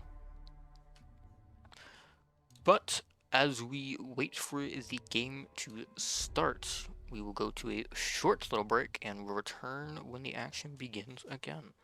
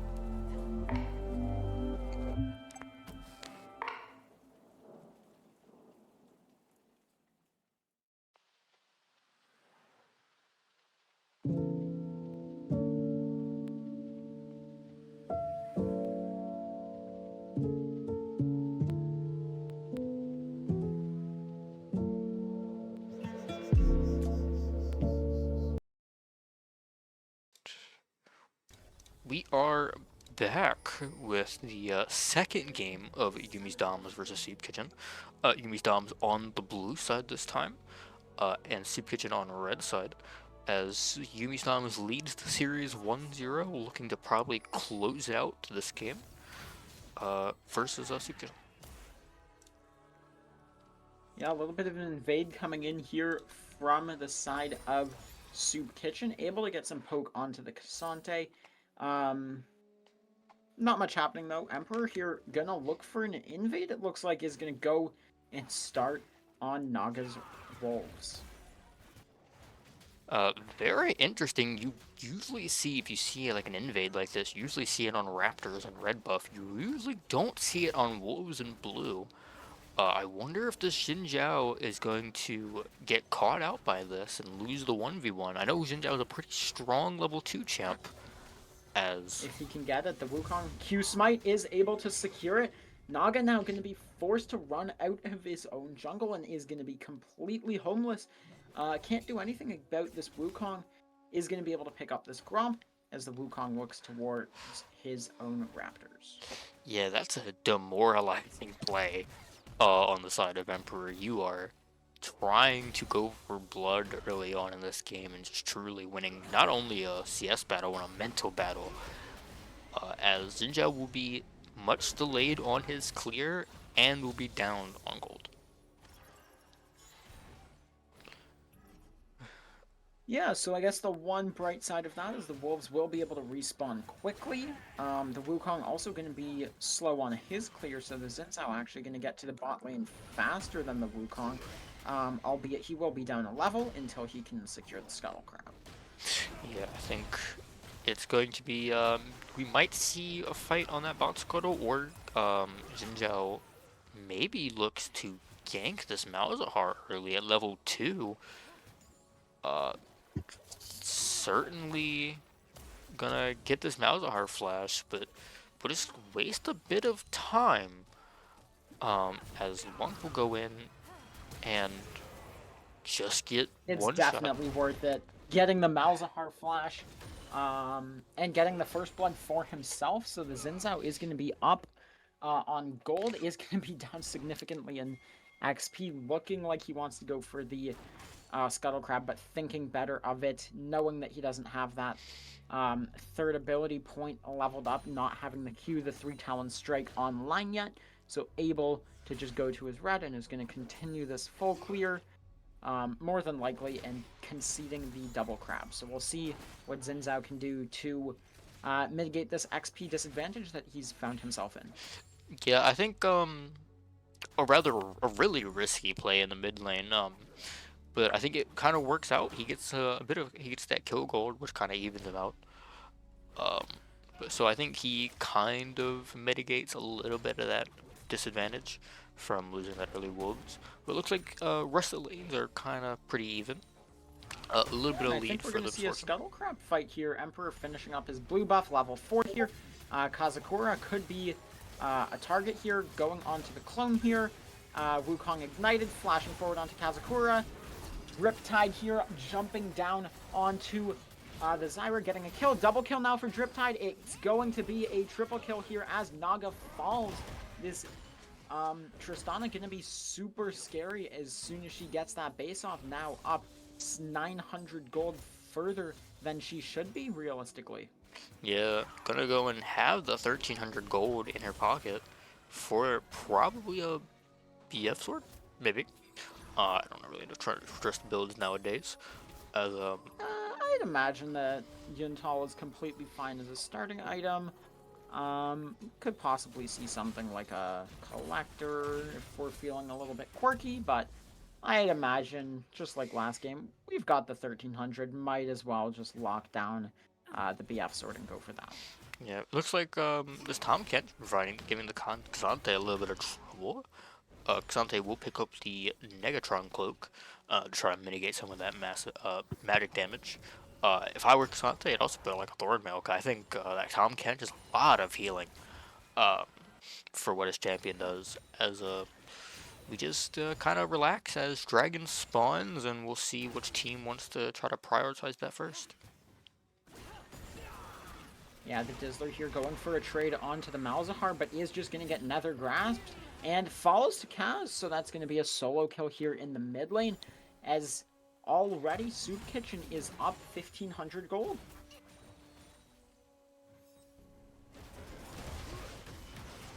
I mean, yeah, it's kind of how the matchup goes there. You kind of go in, and if that Malzahar has R, you will be getting hard on your engage, and it's kind of rough, as might be a little trade into the top lane. Maybe trying to extend it a little further. Oh, okay, I guess we're moving Could to be bot lane. ulted here. Kasante goes all out looking for the solo kill. Flash forced from Sergeant Souvlaki, and that's gonna be the Tom Kench 1 HP under tower. Has the teleport available. Thankfully, or would be losing a significant amount of golden experience. Is going to lose one plate here to the Crystal and Overgrowth before the teleport gets channeled. Kasante is going to be going back himself now, having recovered this lane a little bit, and is now up about 10 CS. Yeah, and it looks like on the opposite side of the map, LeBlanc will roam down, will get the kill on the Yumi, um, as it looks like Yumis will try to regain their advantage in the bot lane, picking up a kill and maybe getting some priority for this dragon. I think overall a pretty good play. I think weird that Yumi dies first. Usually you see Yumi survive to the bitter end of these team fights, but still a good pickup by Yumi's noms. Yeah, and I'm sure that's not going to be confusing at all. We've got the Yumi Moonflare playing that, obviously, but we've also got Submissive Yumi playing the Misfortune. And you've also got the team, Yumi's Dom. So, you know, Yumi realistically could be referring to any one of three things during this game. So, gonna have to be paying a little bit more attention to that if you're viewing. If you're just listening, could be tricky there. We'll do our best to clarify where possible. But Kasante here gonna be pushing Sergeant Souvlaki on this Tom Kench under the tower. Is going to be able to walk it off, and Wave going to be bouncing into this Tom Kench now in the top lane. There will be a little bit of fight inside this top side jungle. Wukong will again be trying to take some of these camps early, as he will have his Tom Kench being able to move. Xante on the way. Tom Kench will force the flash out of the Zinjao with the W. Wukong, big W over the wall, but will still go down to this LeBlanc. A bit greedy inside this invade, while he didn't have that much prio for his lanes. Yeah, Naga here finally hitting level 6, is down 3 camps as we see a solo kill from the Tristana. In the bot lane is Moonflare on the Yumi is able to pick up the kill onto the Zyra underneath the tower. Yeah, I think just not respecting the item advantage that this Tristana has, start already having the Hex Optics at around 8 minutes, and just being blown up by the Tristana bomb. Whoa. Yeah, going to be able to get the reset. We see LeBlanc going in the mid lane into the Nether Grasp, so that's going to be 3/4 of LeBlanc's health bar gone. The silence hit by Malzahar, the Wither Poison almost hit by Malzahar as well, and that's going to be another solo kill in the top lane, or in the mid lane, as the Kasante finding a solo kill onto the Tom Kench in the top lane. So 1 for 1, 2 solo kills. These teams must not like each other. This is just pure bloodbath. Both games just permanent fighting, as Wukong will look to get a kill back on the Kasante, making the overall, wow, he just will take forever to kill him, as the Kasante will try to get some of that tower plating. Yeah, that Kasante was so far up, I thought the turret was broken. I'm like, what? The Kasante is getting dove? Is the tower gonna hit him? No, the Kasante is actually just, you know, sieging the top tier 1 at minute 9. Yeah, picking up 3 platings at minute 9 in the Kasante Tom Kench lane, as the gold lead for Soup Kitchen will extend to about 1.7k in the first 10-ish minutes, as the streak is still up and teams have not yet gone in. Tristana jumping in here. Yumi going for the ultimate. Ultimate coming out from Kazakura, trying to peel, is going to be able to pick up the Yumi. She took tower aggro on that dive, able to make sure Driptide doesn't take damage. And now completing the Mikhail, so making that Zyra just a little bit more useless. The root not going to be a full CC chain anymore once that Yumi gets back, as it looks like in response, Yumi's Doms is going to be looking for a play onto this Tristana. She's going to be able to jump out, spotting this play on the vision. The Dizzler moving, flash from the Tristana, and she's escaped to her tier 1 tower. Yeah, I think rather unfortunate that Yumi couldn't get off before the tower killed her with the rather low health of Yumi. But I think overall really good play. The Tristana lead grows and grows, going to about 1.6k gold lead as Triss will go for another kill and one-shot Zyra, jumping to the Misfortune and will just order her down with her increased range and just overall more damage as you'll pick up a double kill, extending that gold lead to 2k in the first 11 minutes. Yeah, so the Tristana is 7-0-1, 7 kills, no doubts. At what point do you start thinking it's a GA angle? Guardian Angels, early. I think you still need a little bit more damage, especially for the Cassante, because as much as you have like a Wukong and a Kench and a Malzahar to kind of lock him down, I think you gotta like once you get your LDR, which I would get like third item, you can start worrying about these defensive items like GA or Bloodthirster. Yeah, I mean, to be fair, the Cassante is going to be very tanky. He did get those 3 plates. Is going to be... Oh, yeah, 3 plates here. Red Drake, or Red Team securing Drake here, so able to convert this bot lane power from the Tristana into some objectives, which is what you like to see. First strike there procced by Misfortune, getting a couple extra dollars into her pocket. As Emperor now potentially looking for a play is going to be spotted on the board. Driptide going to be looking, seeing if there's an angle for a rocket jump on top of the Misfortune's head, not seeing one, and just farming away this wave under tower. At what point do you actually just start like backing up from a Tristana by herself? Because I think she's getting to the point on this next back that she might just be able to just start 2v1ing their lane. Definitely, I would say the point where she completes this item known as Infinity Edge. But, before that, you might need to. I mean, the Tristana does have that 1 level lead, has the ultimate online, has barrier online as well. I would start to be somewhat scared of her, but definitely with this Yumi on her back, I think you just need to run away.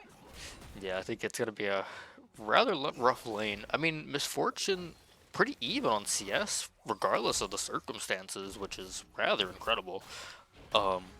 As we look at the bot lane lead on the side of Soup Kitchen, we can also just see the top lane lead for Yumi's Doms. Just Cassante just absolutely not relenting on the pressure on this Tom Kench, just trying to bleed him out and get that top turret. Yeah, so submissive Yumi here on the Misfortune doing a good job just pulling this wave. Gonna be freezing at the Tristana. Yumi sitting off vision. Think they're gonna let it try to bounce. I'm not confident it will. That looked like a solid freeze, and I believe the minions should be definitely stronger for the red side here. So probably just gonna sit awkwardly towards the tower as the Wukong potentially going to look for something here. It's on full vision. They know it's going to be coming. Can they do anything about it? No one can match it. The Xin Zhao going to be moving. Yumi's Dawn, or Soup Kitchen not choosing to pull the trigger. The Xin Zhao is going to be here farming his Krugs and hovering any potential dive attempt. Yeah. Something we haven't mentioned much is this mid lane lead for the Malzahar. We've seen a couple of these solo kills with the Malzahar ult on the LeBlanc engage, but a 30 CS lead might be a pretty detrimental hit to Yumi's Doms, as most of their engage can be kind of cancelled out by just the Malzahar. What are your thoughts on that? I think it'll be very difficult, to be honest. I mean, it's sort of like the situation. Emperor here, flash in, Cyclone, Driptide jumping in now. Yumi proccing that ultimate. Massive misfortune ultimate onto Driptide, able to rocket jump out with the reset. Emperor now on full health almost is going to be slapping Naga just a little bit, but has no support from the Tristana, as it's just going to be the Zyra falling despite so many summoners being blown. That's going to be flashes for both of the bot laners here of submissive, of Yumi's Doms. Yeah, I think wild to see that even with a let's see, even with a 2k gold deficit, um, that was a extremely close 3v3 bot lane fight, as it would go 1-for-1, and it looks like even with the 3k gold lead, it might be a closer game than we think. Yeah, I think at this point, Soup Kitchen's gonna have to find a way to get this tier 1 turret in the bot lane as soon as possible, potentially on this cannon wave. Um, Able to look for something, as Kaz is gonna be found by the Xin Zhao, able to get that shutdown, and it's gonna be 400 gold into his pockets, and that could potentially be converted into this Herald in the top lane. Yeah, it looks like Kante will continue to have that pressure on the Tahm Kench, so Xin Zhao will have plenty of space to get this Herald, as a little bit of fighting will happen on the bot side, as Trist will almost go down to the Misfortune, kind of disrespecting the Hubris damage as they will back off. Yeah, so I mean, the Tristana has 8 kills, but she feels weak, I want to say. Like, I mean, obviously when the IE finishes, maybe that's what they were going for. There was a few extra gold to finish the IE, as the Tahm Kench in the top lane could be in trouble here. Naga, using this Rift Herald that he just finished off, is going to be looking for this top tier 1. We're going to see the first blood turret. No, we're not. The Malzahar took it already. What am I thinking? He obviously so far ahead here, 30 CS. Top tier 1 falls. Tahm Kench gonna get his W interrupted, knocked up by the Herald, looking for the eye. The Cassante maybe looking for a play. Sergeant Souvlaki, the Tahm Kench, knows he has to flash out to the safety of his tower. Yeah, it looks like LeBlanc will be looking for an all-in. We'll get ulted again, but Xin Zhao also again gonna be there to match. This time we'll go 1-for-1. But it looks like every time this Malzahar ultings, the Xin Zhao is right there, as Xin Zhao and Wukong will go for a 1v1 here. Xin Zhao looking to be having a stronger time in the game. Wukong forced to ult out Cassante here, as Trist will jump over the wall, force the Trist ult, or the Xin Zhao ult, as Cassante will ult the Wukong, will just kill him, as there's a massive team fight going on. Cassante trying to kill the Tristana getting eaten by the Tahm Kench. Tahm Kench falling, then the Trist falling, then the Yuumi falling. A massive team fight for Yumi's Doms, trying to bring the game back, as the gold lead will even up, and it will go 1-for-1 for Drakes. Yeah, so that's kind of how League of Legends goes. You know, you make 2 mistakes and the game's even.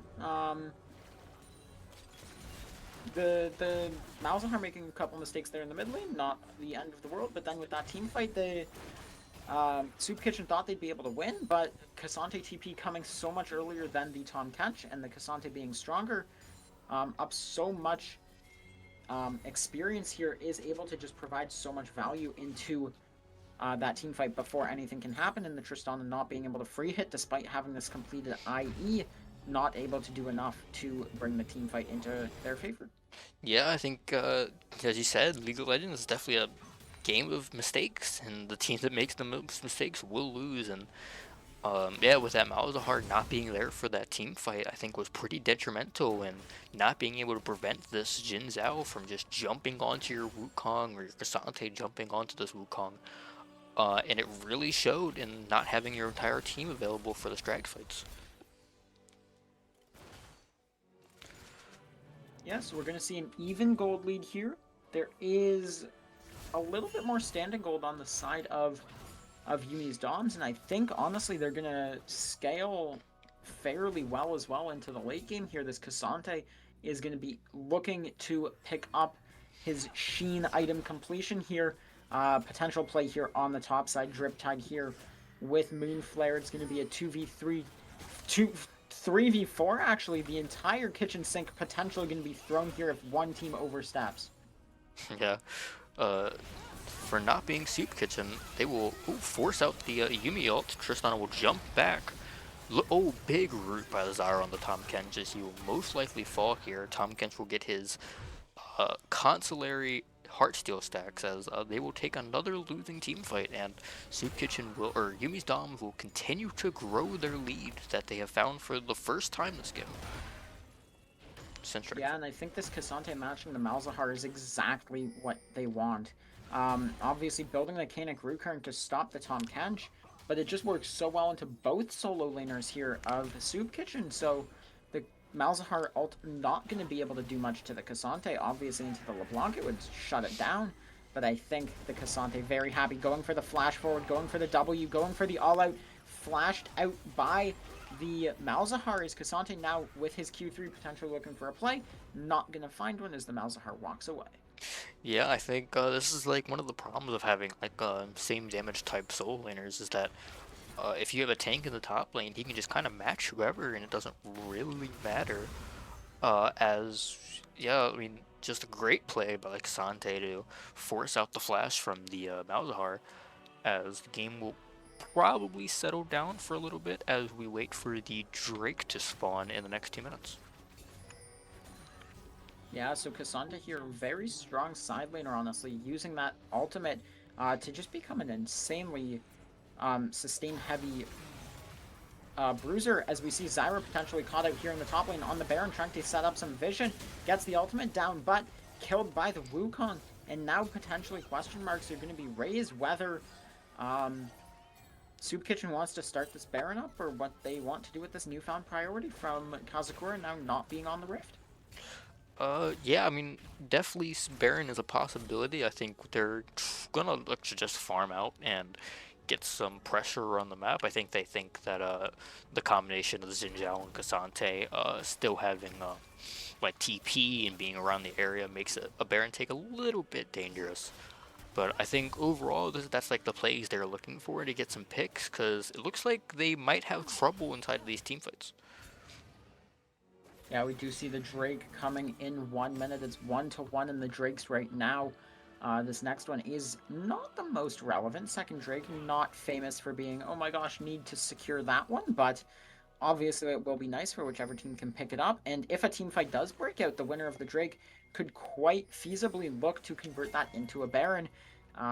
That's something Soup Kitchen knows. They're going to send all 5 towards this Drake to make sure that they at least give their best shot at this Drake.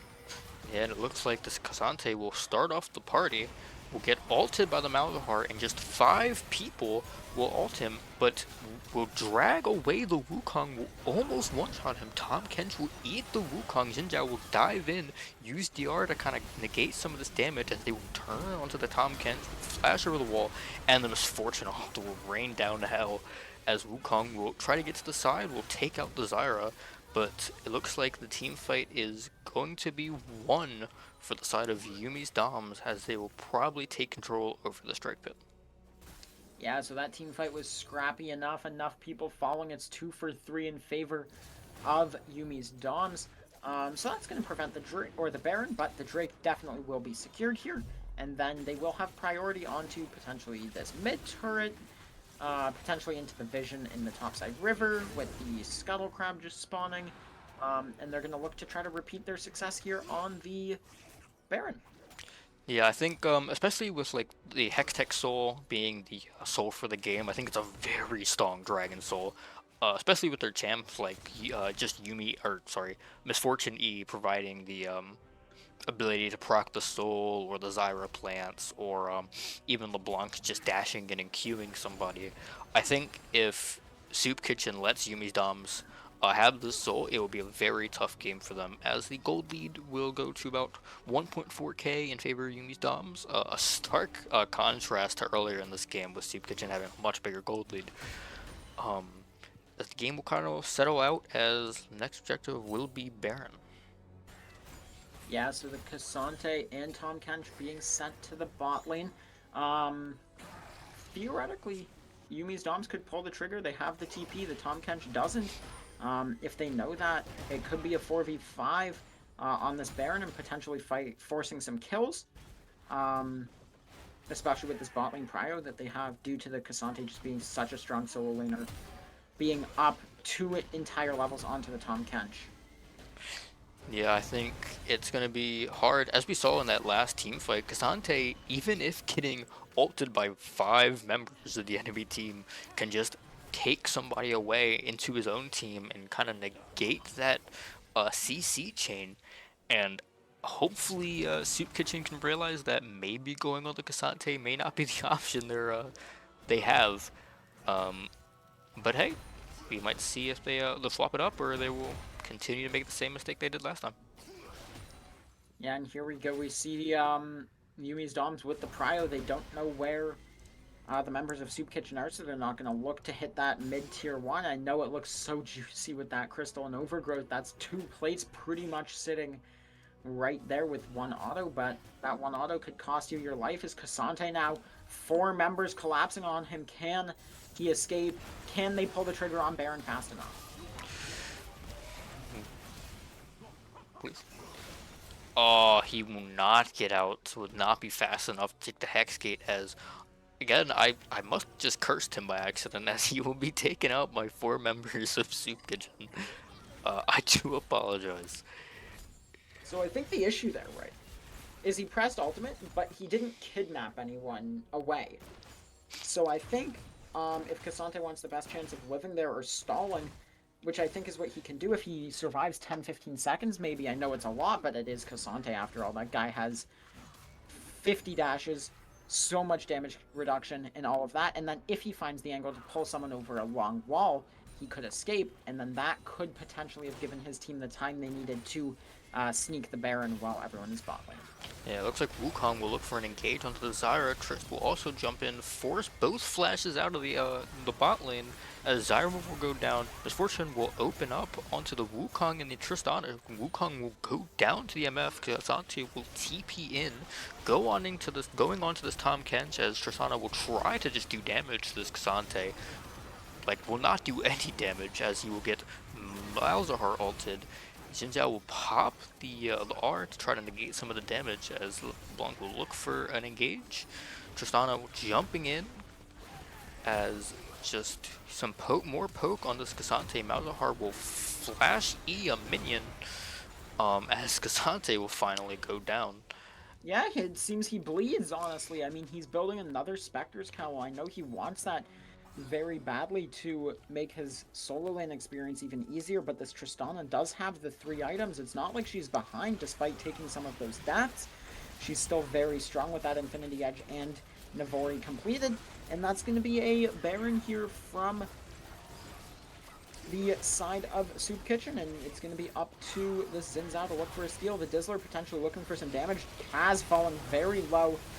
Lots of damage here coming through with the Baron resistance reduction. Submissive Yuumi dominating now, taking out the Wukong. Driptide able to take out the Misfortune, and it's just going to be cleaned up here for Soup Kitchen, so that's going to be an ace and the Baron.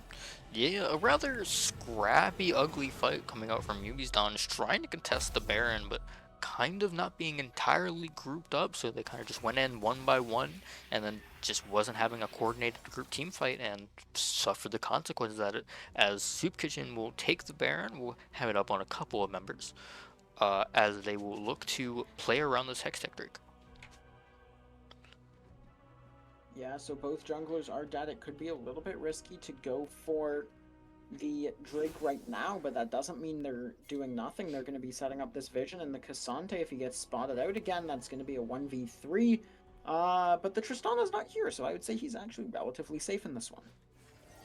Yeah, absolutely. I think Misfortune might be going and face checking, a little bit suspicious of what's going on, as Malzahar will jump an R onto the Xin and before he can have an R, he'll be taken out, and this will be a free Drake for Soup Kitchen. Yeah, very tricky to contest there. I think if you're Yumi's Doms, you have to go through bot lane there. Your Cassante already has that space controlled. He can get the vision. You can use the Phaelite to check it a little bit more safely, but they try to walk through the Hex Gate, go through the jungle, and are punished for it. And it looks like Wukong will be going on this LeBlanc, will pop the ult, will not find the kill as he'll be flanked by the Cassante. And it looks like the Soup Kitchen will just look to siege this mid tier 3, as looks like with just the bare minions and just the tankiness of this Kench and this Malzahar and this Wukong, it will have a very big problem of getting to the enemy carries, as they will take out that turret and look to take this inhib with very little resistance coming out from Yumi's Doms. Yeah, so able to pick up that mid inhibitor. It could be a double-edged blade. Souvlaki now potentially looking for some play on the LeBlanc. Not going to find it. Is going to be able to walk away most likely. Zenzao looking for a play actually. This Tahm Kench could be more caught out than I expected. Flash forced, and now he's out for sure. Yeah, I think a little bit of an overstay, but I mean, nobody died, wasted a flash, but flash is better than, being dead while actually no objections are coming up. Maybe you were fine dying. As Yeah, so the thing about taking this mid inhibitor is now there's going to be super minions, and that means that you get the mid prio, despite not being there, but it also means that you get the mid prio, so it makes it a lot easier for Submissive Yumi here to farm and get his 5th item. He's already on 4. He's got the Infinity Edge. He's got the Mortal Reminder. 75% crit here and one more item. It's going to be another crit item, and that Misfortune is going to be very scary if she gets a good ultimate. yeah, I think if you're Yumi's Doms, you're definitely looking for like a Cassante or Jinjal engage into just a fat Misfortune R to look to salvage this game that's slowly slipping away again after a pretty solid mid game from them, as Wukong will look for an engage onto the Misfortune, will fail to land the R, as they will Soup Kitchen will find the R, and Misfortune will open up and will basically one-shot this Wukong, as Trist will go in, jump out, killing the Cassante, as Trist will go down to the Misfortune Q. Jinjiao will go onto this Malzahar.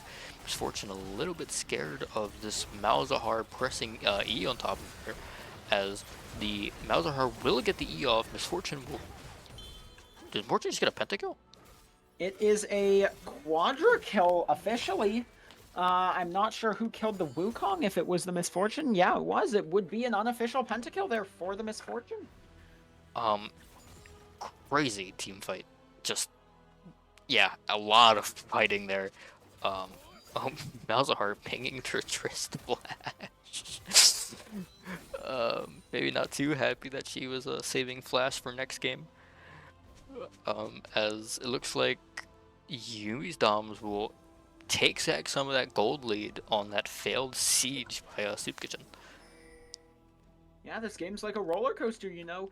A significant gold lead. The Tristana at one point, I'd just like to remind you, was, I believe it was 8 kills and 0 deaths.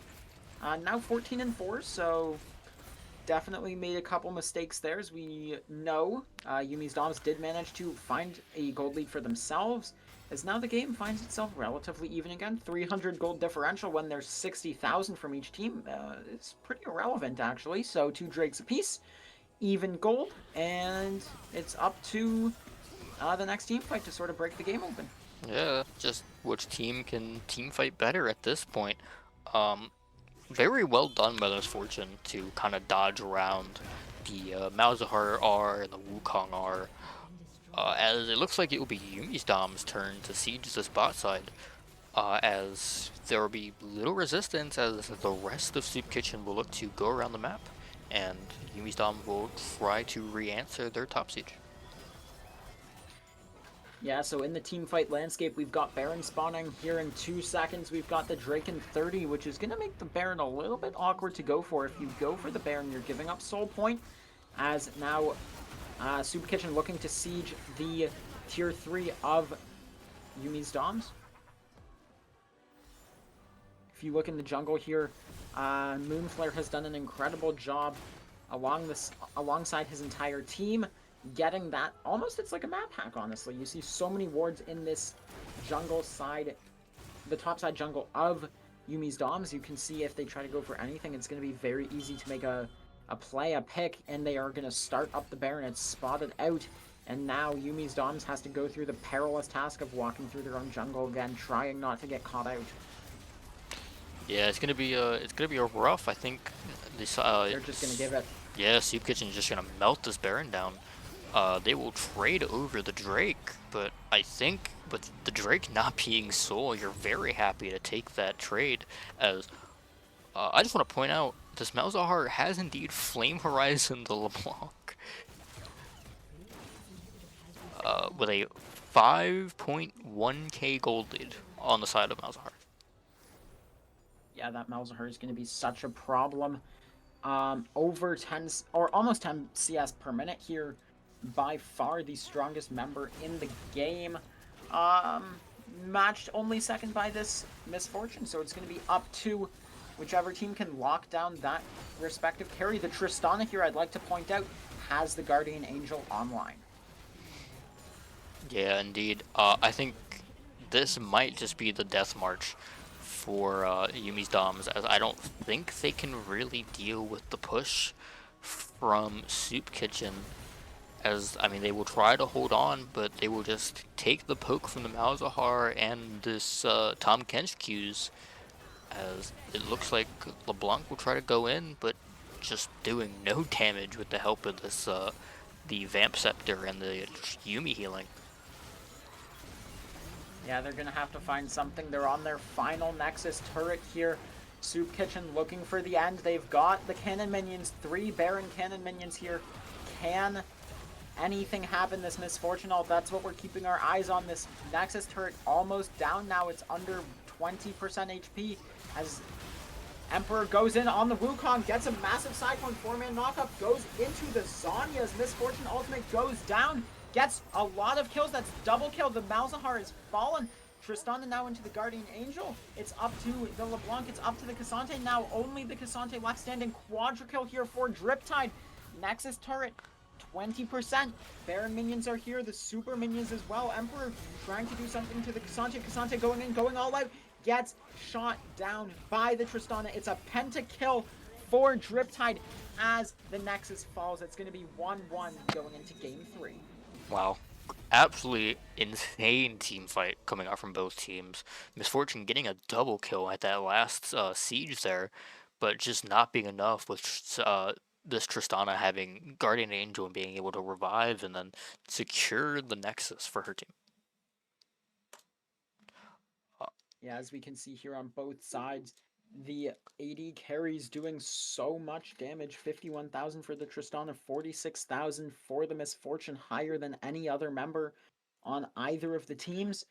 And that's just what happens. I mean, the Misfortune was up in so much CS, but just the struggle in the early game, giving so many kills over the Tristana, just makes it a little bit too hard to play out that game. Yeah, I think just really well played. Like both sides teams, I think Soup Kitchen really having that early lead and kind of using it, kind of struggling getting to the mid game with Yumi's Doms kind of returning some of that lead back to their side. But I think overall just playing the team fights late game better and just winning the game like that. But I think while we wait for both teams to take a little break and decide what they want to do for draft, I think the stream will take its own break as we will return once draft is ready to start.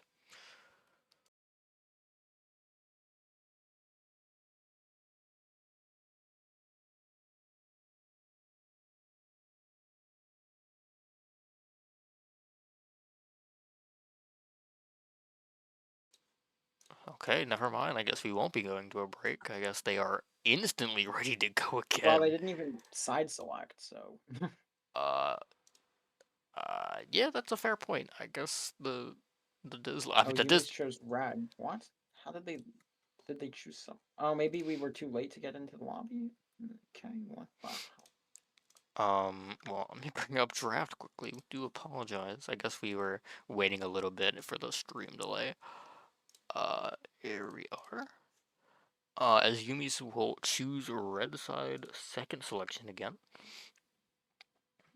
Um,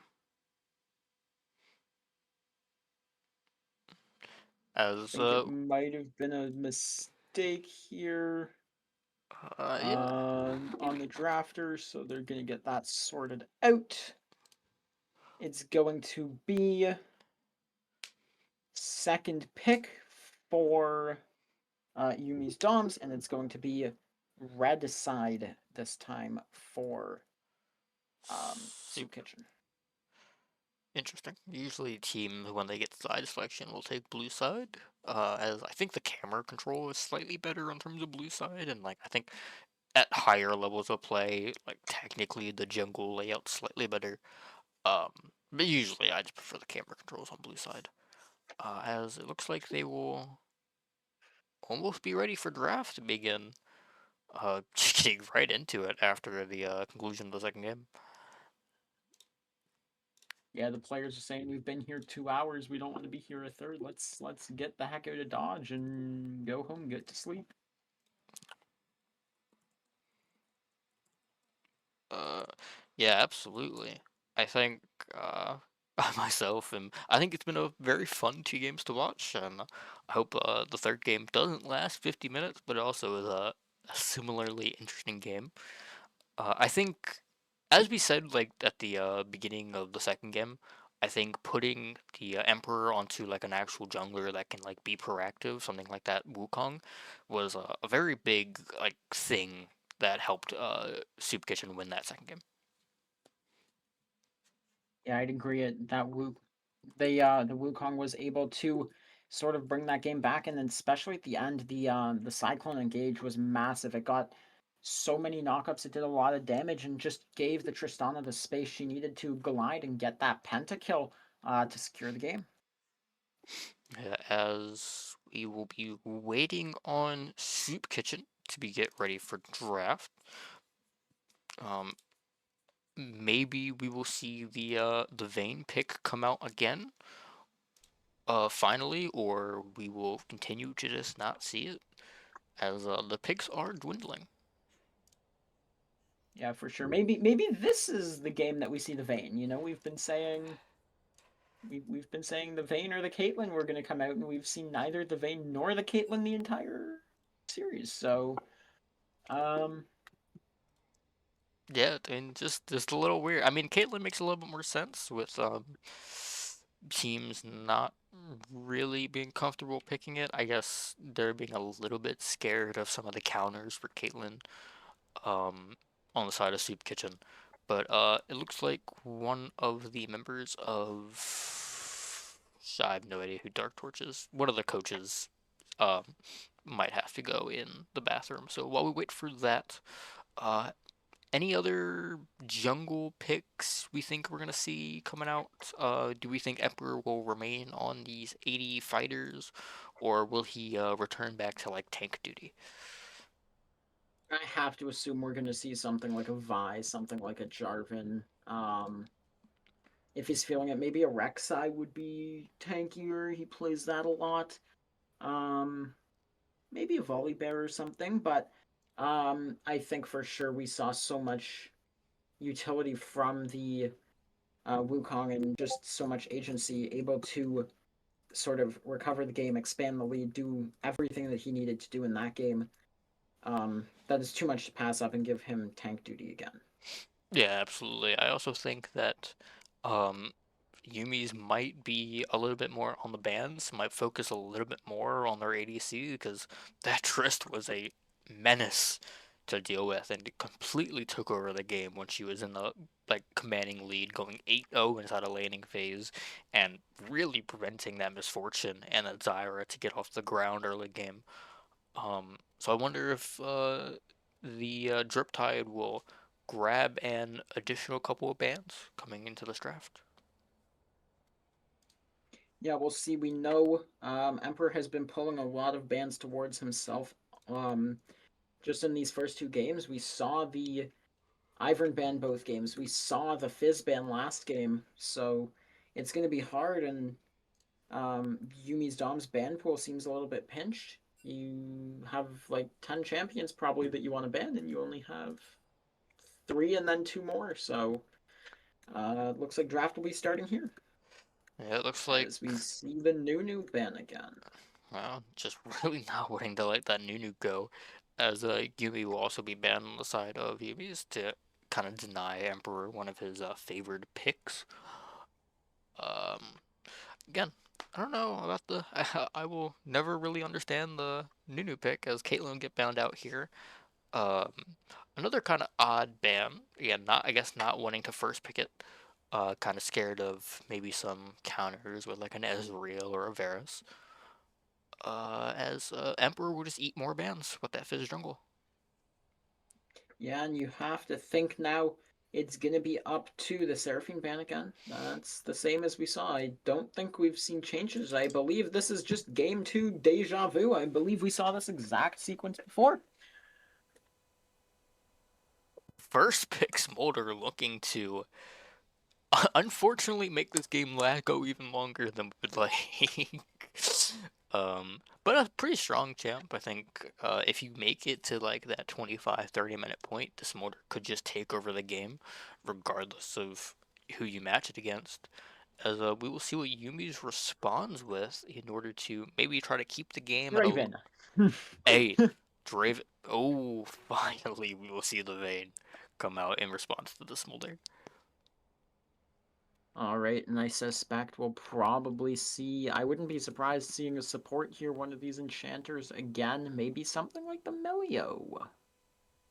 Um, wow, I should draft. Um, They might be listening to the stream. You never know. uh, true. That'll be a choice that is possible for sure, but we'll see what we're responding with on the side of Soup Kitchen here. What we're gonna put with the smolder? Maybe a Janna. Sure, we do play a lot of Janna.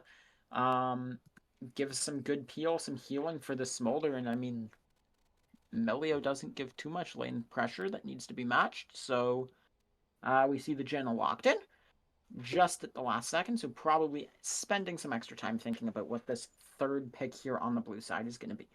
Yeah. I think having that Rek'Sai jungle, as you mentioned earlier, kind of like a mix between that tankier pick he was showed in that first game and a more bruisery fighter that like a Wukong in the second game. I'm a big fan of Rek'Sai. You don't see him much. More or less, you see him top lane nowadays.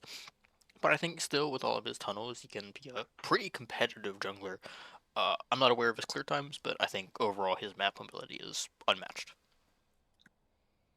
Yeah, I played Rek'Sai once or twice, and I mean, I wasn't CEO clear, but it was pretty reasonable, I think.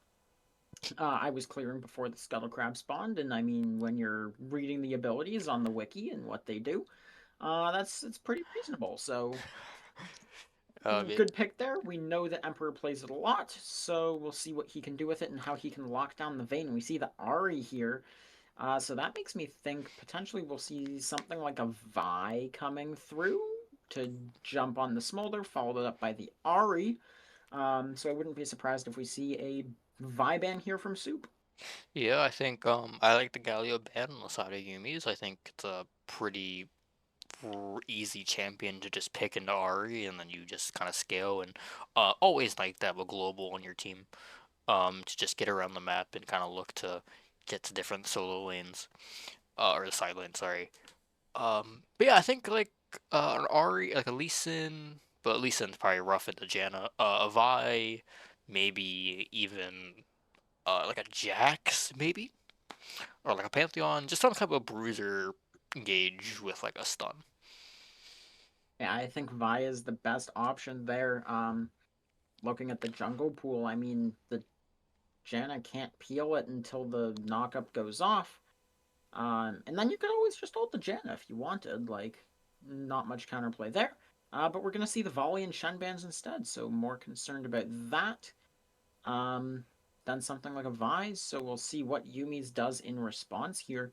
Maybe saying Naga is not comfortable on the Vi, and we'll choose something else. Yeah, 100%. I think we will probably see the jungle pick here in the next 6 seconds, as I don't really think you want jungle to have R5 counter pick unless you're picking something like truly crazy. Yep, Vi will be coming out like you mentioned earlier. A pretty good mid jungle pairing. I think a pretty good champ to get on top of the Smolder, as it the R is unstoppable, will not be buffeted out by this Janna. So we'll see what Soup Kitchen will respond with, and Yumi's will R5 counter pick top. Yeah, it could be a Camille. Mordekaiser, they do need some AP. I mean, Smolder does have that Colgate damage, but the Mordekaiser makes me think that they might not be going AP mid. No, it might be a Zed on the side of Soup Kitchen. Or is that the other team? Uh, So it would be Soup Kitchen picking here, so it doesn't look like Kaz plays too much Zed. He plays a lot of different champions, a lot of AD carries, but maybe um I mean it's AP, but like an Akali or potentially the Mordekaiser's here just to its Smolder in the mid lane. wow. I think that's an from personal experience. I think if Smolder gets any type of like jungle attention by this Vi, uh, he will have a relatively rough game once this Ahri gets 6 and just is able to just R on top of him and charm him. As the set will be picked up as the last pick on Yumi is as a counter to Mordekaiser, able to potentially just R in one of those big tanky frontliners and just hoping to one shot one of these 80 carries. Yeah, it's going to be a lot of damage here coming from Soup. And I think the Vayne here is going to be a big problem. I mean, there's not too much point and click lockdown aside from Flash Arm Mordekaiser. So um, I would suspect if you're Soup Kitchen here, that's sort of the game plan. You just alt the Vayne and then win the fight, and then the Vayne comes out of the alt and either as a body or alive, and then you kill the Vayne last. Yeah, I know 100%. I think overall, I think Yumi's definitely has like the draft advantage here. I think Soup not really having a big AP threat besides this Mordekaiser who really doesn't want is not going to be inside these major team fights besides just looking to R like this set or Vi or I mean ideally you would try to alt the Vayne but probably difficult into like a Milio Q and this Vi. Um, but overall, I think if the game lasts like past like 30 minutes, it's definitely going to be hard to kill the Smolder. We will see. I mean, the Vayne usually goes on hit, but recently Crit Vayne has been picking up in popularity, and when you're looking at a Smolder, a Jenna, and a Sivir, you have to wonder, Q auto E kind of one-shots people. Oh yeah, 100%. Especially if you go like the Sheen kind of Stormraiser build. It could be very dangerous on for the side of Soup Kitchen. As we wait for the game to start, we will move over to a short break, and we will see when the action begins.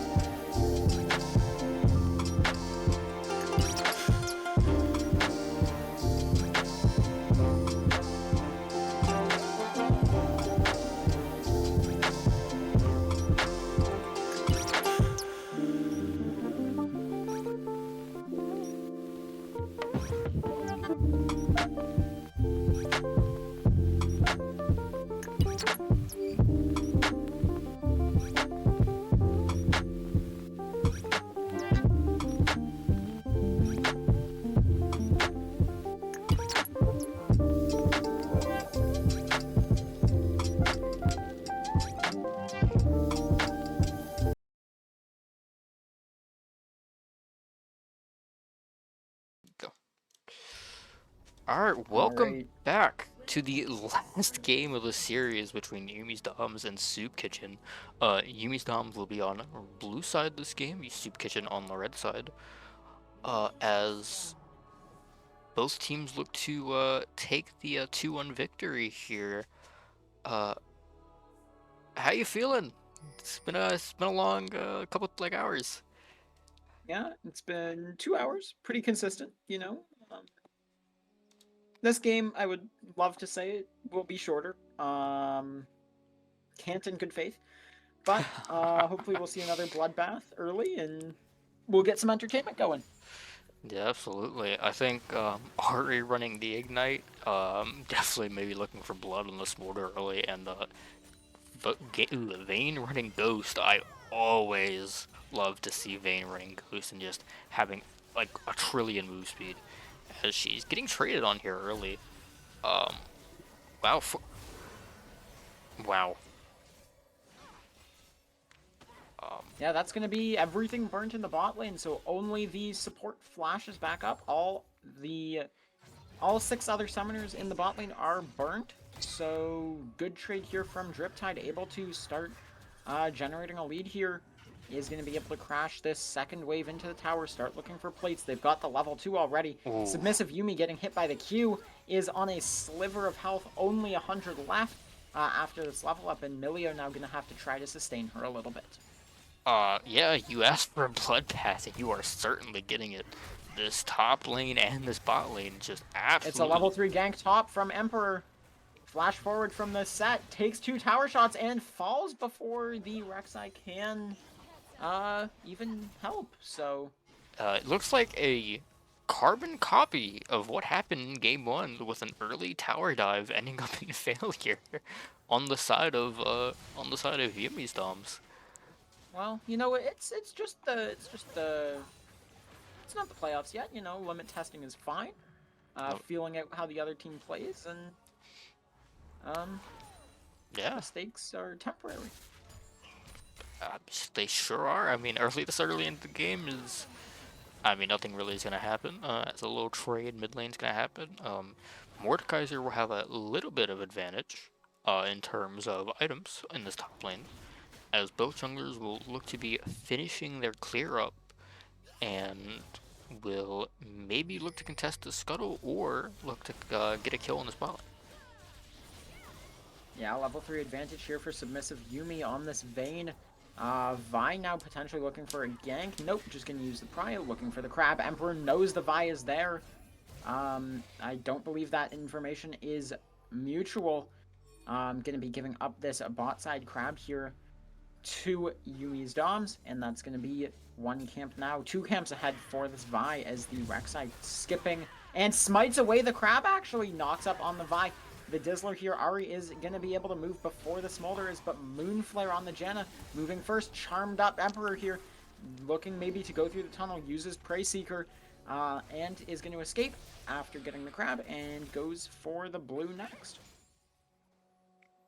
Yeah, I think a very well done by Emperor, who has looked like to be a pretty like just strong player this entire series, in the jungle.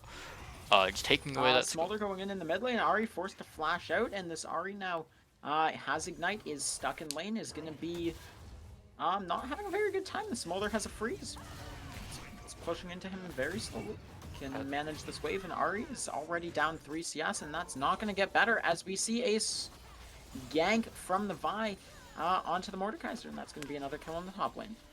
Wow, just Vi is everywhere trying to use that early CS or early clear lead to get around the map, taking the top scuttle, and just overall getting some better value out of the early gank compared to this Rek'Sai.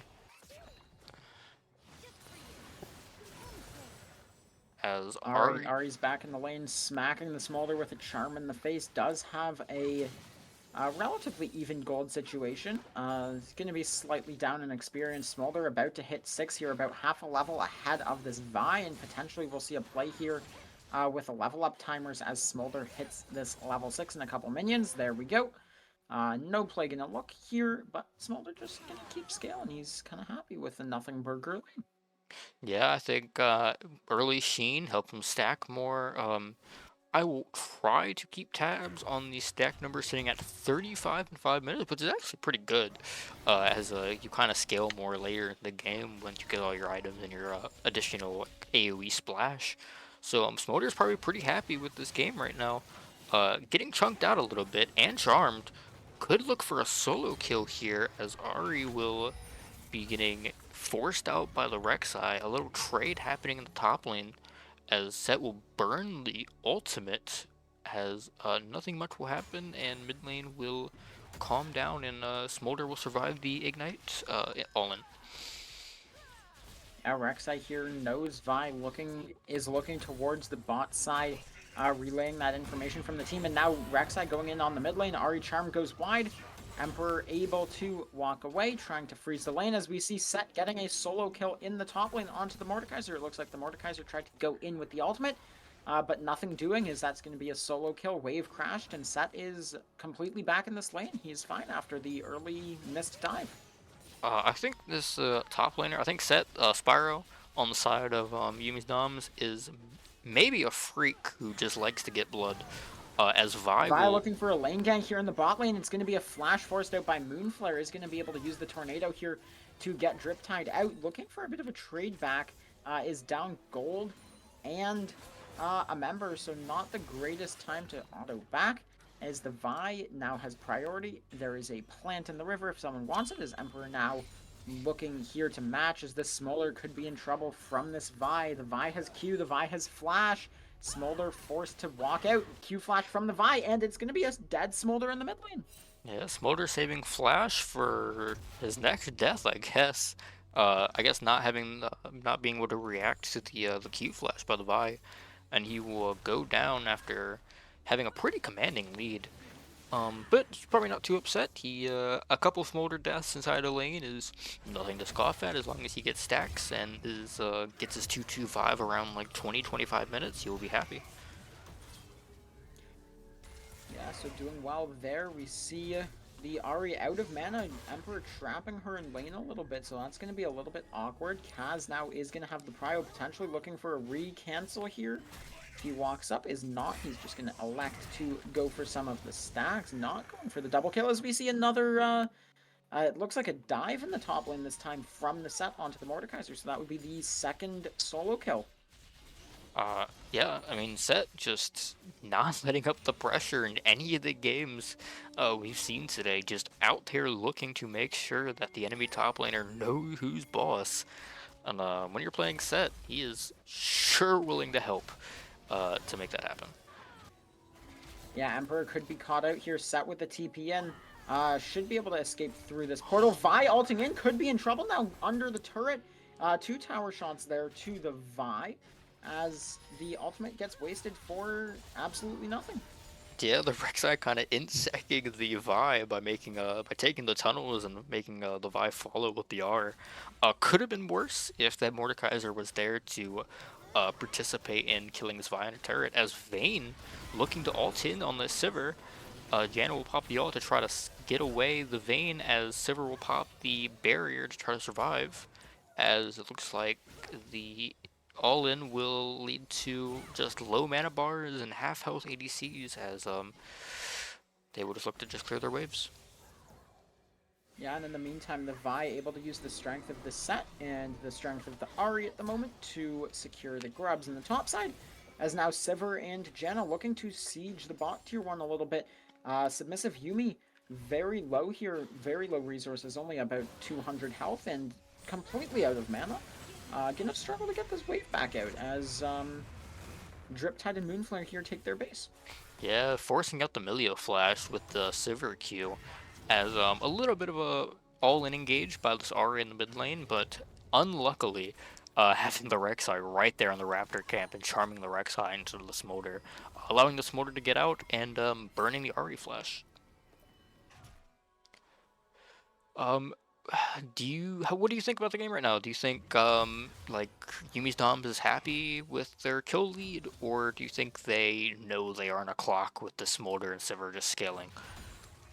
I mean, it's a kill lead, but if obviously we are we get the privilege of looking at the total gold counts, and we can see it is within 200, and that is not reflected by the kills at all. I mean, the set, sure he has 3 kills, but is also down about 15 CS, and that's similar for all of the members of Yumi's Doms. They're all a little bit low in CS compared to their lane opponents, and that's something that Soup Kitchen's been doing a really good job of doing, is getting these natural resources, the minions, the plates, despite being on the scaling comp, as we see here. Submissive Yumi going in, ulting in, flashing in onto Driptide, getting the kill. Rek'Sai here now, cleansed by the Milio. Vi, cease and desist going in. Janna trying to peel off Emperor, getting him out of the fight.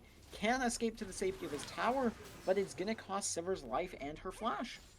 Yeah, I think this Vayne is gonna scale, and we see that with the R up and the flash up, just flashing in with the R and just dealing so much damage with those W passive procs, and could turn out to be the win con that submissive Yumi or Yumi's Doms is looking for compared to this the scaling of the Smolder and the Sivir.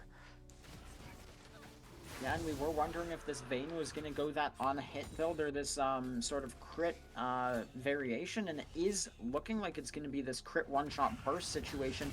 I think I think he's that building. recurve bow is throwing a wrench into my analysis here, but I was expecting we were going to see some form of lethality item like the Opportunity. Umbral Glaive. Ah. But I don't think that has a recurve bow. It looks like it's going to be a static Shiv or a Kraken Slayer coming out for Vayne. Either way, seems like he will build an on-hit build, maybe picking up whatever item this first item is into like a Rage Blade. Maybe probably good into these tankier members of the team, like the Mordekaiser and like the Rek'Sai, but it would be more entertaining to see this big move speed crit build with like Storm Razor, everything like that. Yeah, I don't think we're gonna get that though. I mean, the lethal tempo's a little bit telling. Probably could have noticed that a little bit earlier on the caster department, but it is likely here just to be this sort of normal on-hit build, as we see the Sivir now with Yuntal completed, whereas the Milio has Echoes of Helia completed. So one item each in the bot lane. However, I would assume that this Sivir is going to be a lot happier with her completed item than the Milios. Oh yeah, 100%. I think the Echoes is a pretty good item for keeping this Vayne alive, but I think overall like, you just have better wave clear with this Yintel and Sivir.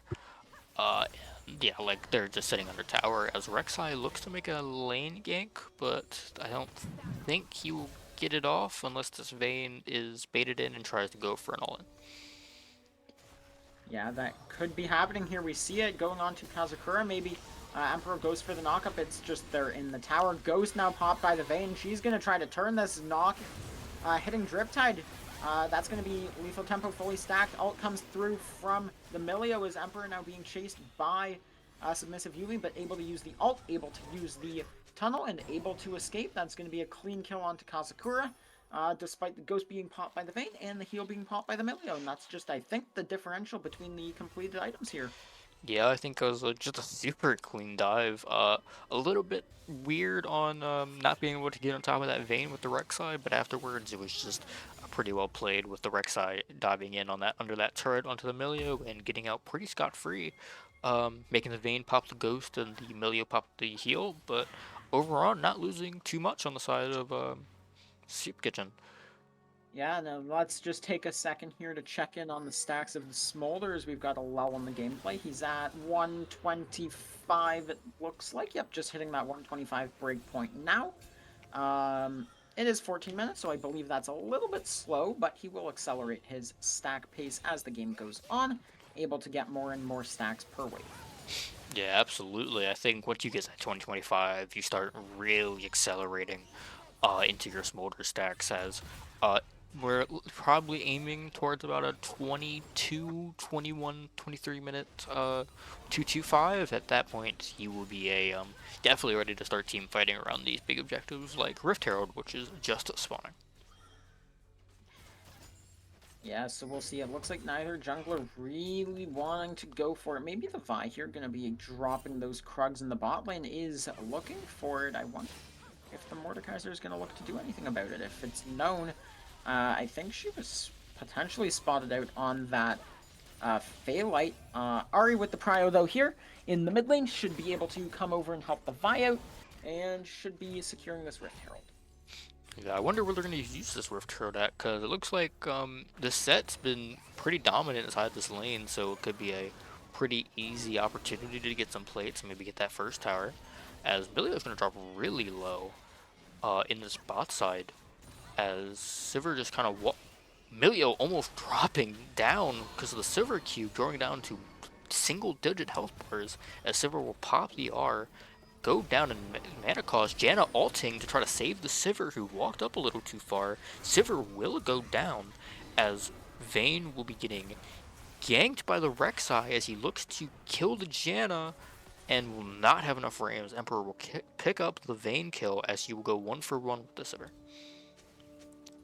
And we do see in the mid lane that's going to be flashes used by the Ahri to get the Smolder flash and get the kill onto the Smolder.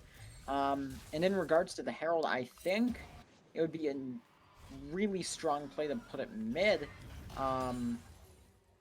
Sure, you're not going to get that side lane pressure, but it really removes the safe space for the Sivir to play when she moves, the Smolder to play if she doesn't move. And then it just gives the Vi so many more opportunities to just look into the mid lane for that ultimate. Even onto the Sivir, if you just smite the spell shield away, the ult will still go through. Yeah, it's very true, as it looks like Soup Kitchen will have some early prio onto this Drake and will secure it, as there will be some fighting in the top lane, as Mordekaiser will just ult set under tower and just kill him there, as Set will get a little bit overzealous with his potential damage. Yeah, and we see more fighting in the bot lane is going to be Emperor and Driptide here taking out the Vayne, and that should be the turret falling. It will be the first blood turret.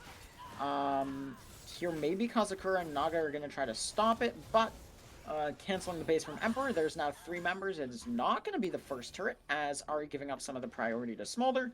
Smolder more than happy to take it now on 160 stacks, so almost 10 stacks per minute at this point. And obviously, he has been closing that gap ever since hitting 125.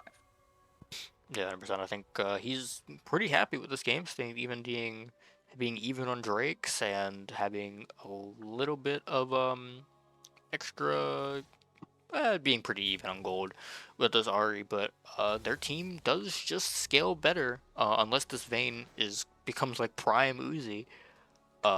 With this Execute and the Sivir Ricochet is going to providing a lot of damage to their big Fifi frontline of Yumi's Doms.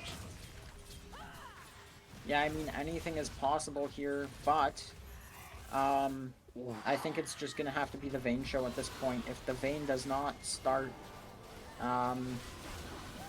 gliding and killing the Smolder, killing the Sivir, the AoE from those two champions are just gonna rip apart Soup Kitchen. As we see, this is what we were talking about: submissive Yumi, able to go in on Driptide, able to go in on Moonflare, getting that double kill and only burning Ghost in the process. Yeah, like as you were saying it, this Vayne just completely kiting out the Sivir and just out DPSing her. Her and the Janna, and just getting that really clean double kill and extending her lead, which is going to be the main way that Yumi's Doms is going to win the game. As Set will take that topside turret against this Mordekaiser, who he's been pretty confident against, even though dying a couple times in some rather risky plays. As Milio might look to be going down against this Rek'Sai. Rek'Sai will ult the Milio and will not get the solo kill. Milio just being able to flash out, as maybe it's a Rek'Sai who might go down here. No flash available, but Janna will get him out, as looks like the team fight would end and people will go back to their places.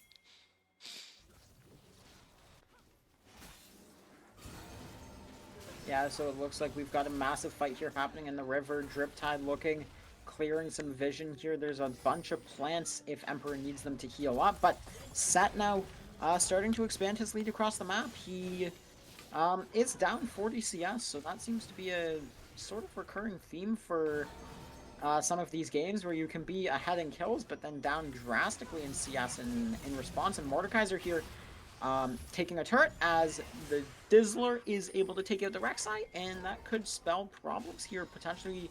Now this bot turret Vi moving down, and a siege now potentially happening with Sivir's spell shield being used, Herald being dropped.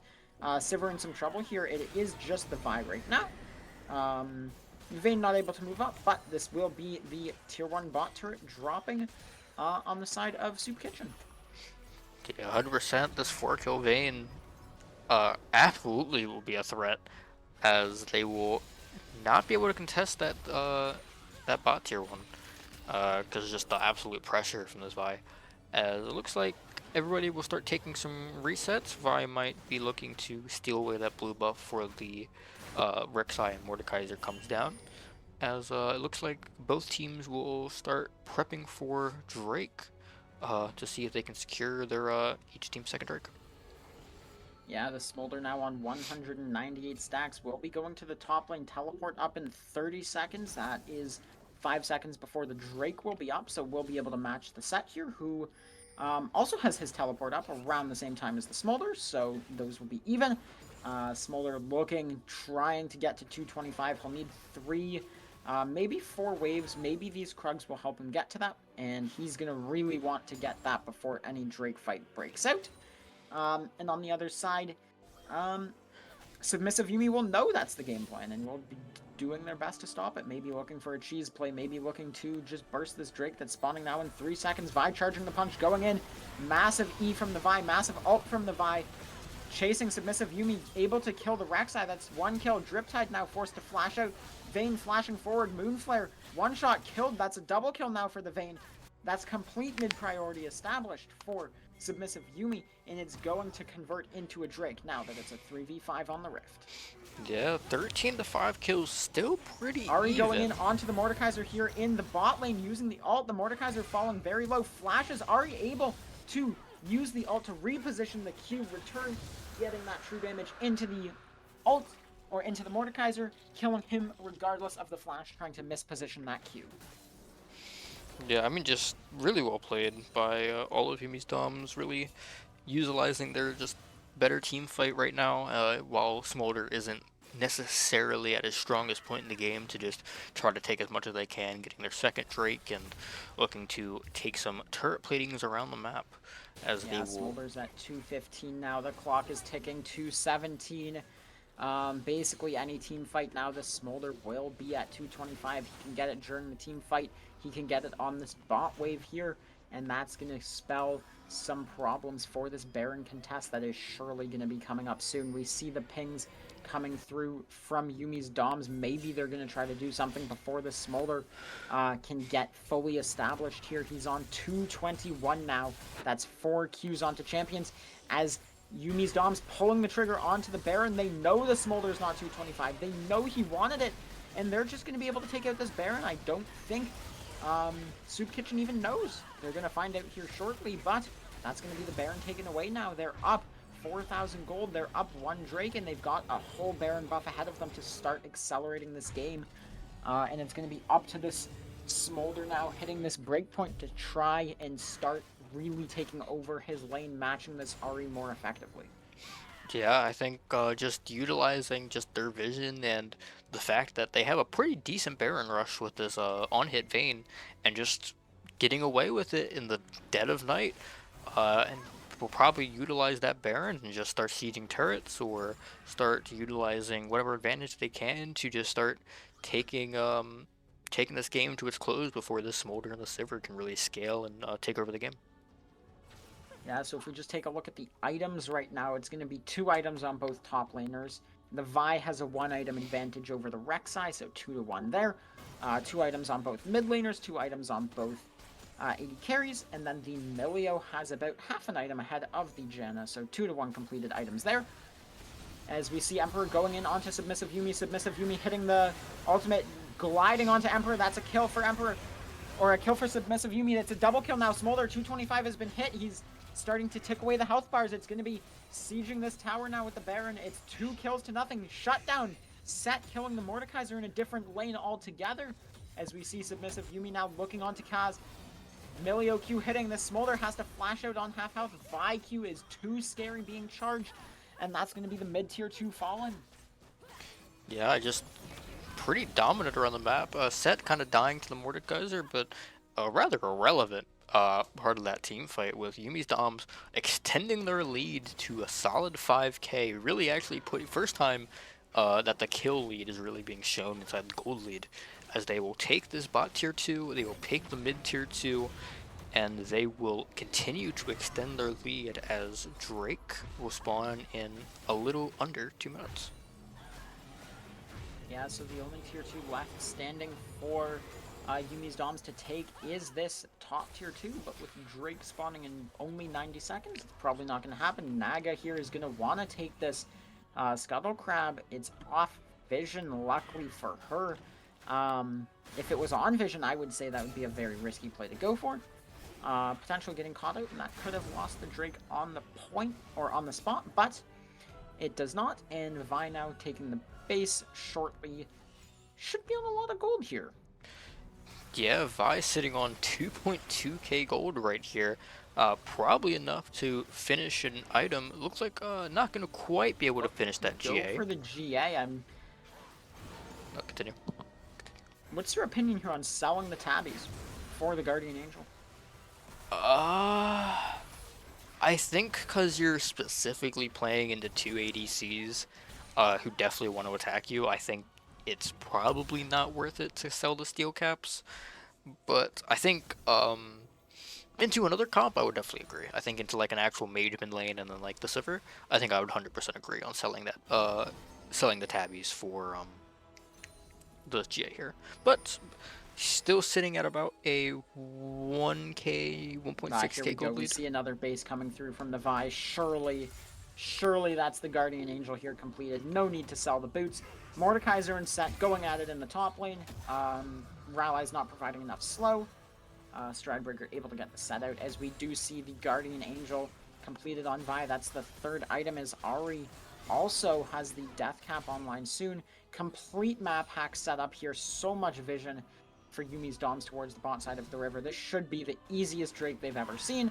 No contest coming through from the side of Soup Kitchen, and they're starting to run away with the game.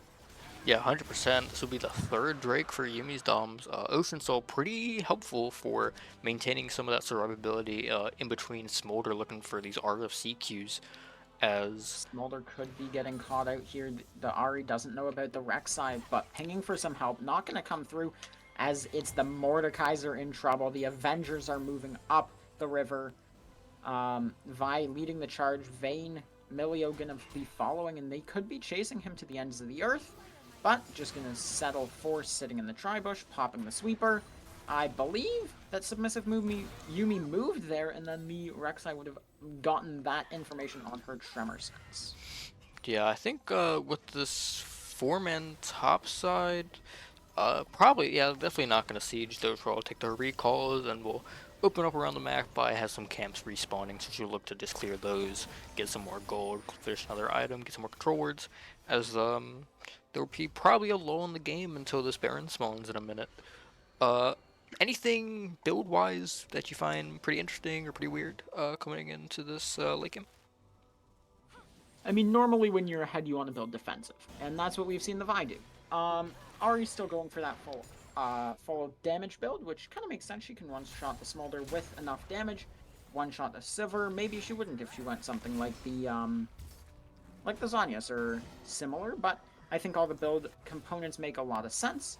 It's going to be a one-item advantage in the jungle, a one-item advantage in the mid lane department, and other than that, it's relatively even. Actually, the Mordekaiser has a item lead onto the set.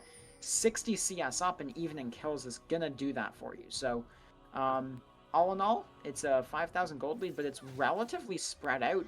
The net completed item differential would be 2-1, so only one completed item surplus for Yumi's Doms here. So we'll see how they can use that. Mordekaiser instantly using that flash, sees the Vi charging the Q. And that could be a problem now. He doesn't have that resource available to sort of lock down this Vayne. Yeah, 100%, and yeah, Yumi's Dom will recognize that and just instantly start the Baron, as it will kind of be melted down by this Vayne, just completely with these W procs and this range blade, just gonna absolutely melt it. And while Soup Kitchen will try to make a play on this mid-tier one, it looks like Yumi's Dom will try to collapse. Ari missing the engaged charm as Vi will look to maybe R in. It looks like with the Sipper R, Soup Kitchen will be out, as Yumi Dom will probably look to siege to this mid lane. Yeah, I think there's no reason to check into a completely dark map when you've got the Baron buff active. You've got the ability. I'm not convinced this is the right way to do it. I mean, I'm looking at this bot wave here. It's starting to stack up, and sieging bot is significantly safer for the carries than sieging mid. So I would like to see some sort of movement towards the bot lane. They've got double stacked waves down there already. I'd like to see some siege there, or in the top lane to look at this top tier 2. Yeah, I mean, especially with like a Smolder and the Sivir, it's gonna be very hard to get these waves through to the tower, because just the wave clear is oppressive. Especially if like this Baron decays, they will have no chance of hitting these towers without like a massive team fight and killing one of those two carries, or both, preferably. So they're gonna have to really use this Baron smartly to try to take these towers before the opportunity is gone. Yeah, we'll see. Yumi's or Soup Kitchen here doing a good job pushing the waves pretty far out. Baron buff already halfway done, so we'll see. We'll see Vi here looking for an engage, looking for the Q, getting the spell shield now, R'ing onto Drip Tide. Smolder ult comes through. Naga can't do much of anything. Submissive Yumi being forced out on this Vayne, flashed out now. Mordekaiser ulting in, going in. Submissive Yumi trying to glide, gets a kill. The Dizzler shutting down the Rek'Sai. Mordekaiser killing the Vi. Kills going all over the place. 3 dead now on the side of Soup Kitchen. It's just the Sivir and the Janna left, and this Ahri has 3 dashes left on her ultimate, but it looks like they've escaped the initial engage. So we'll take stock. It's been the top side here, so the Mordekaiser, the Rek'Sai, and the Smolder falling on the side of Soup Kitchen, and just the Vi through the GA falling on the side of Yumi's Doms. However, at the tail end of the fight, Sivir walking up too far, getting caught out, and Ahri collecting that kill. Yeah, I think like just beautifully well played. I mean, Mordekaiser ulting the Vi, and that lack of frontline because of the Vi ult, or the Mordekaiser ult, just letting Set kind of get to those backline carries and just executing that Smolder with that empowered W.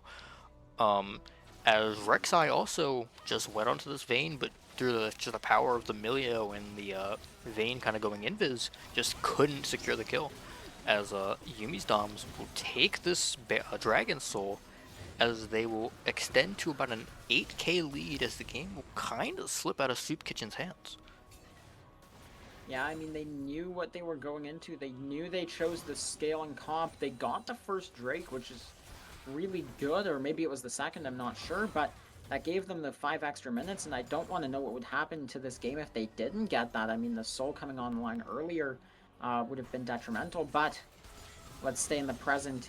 It's Yumi's Doms here looking to go for the end. They've got the Soul. They've got Baron in 2.5 minutes if they've needed. They have the 8k gold lead, and this is exactly where they want to be against this completely hyper scaling comp. If it's even, you're losing at this point. Yeah, 100%. I think you really need to just focus down on killing this Sivir and this Smolder.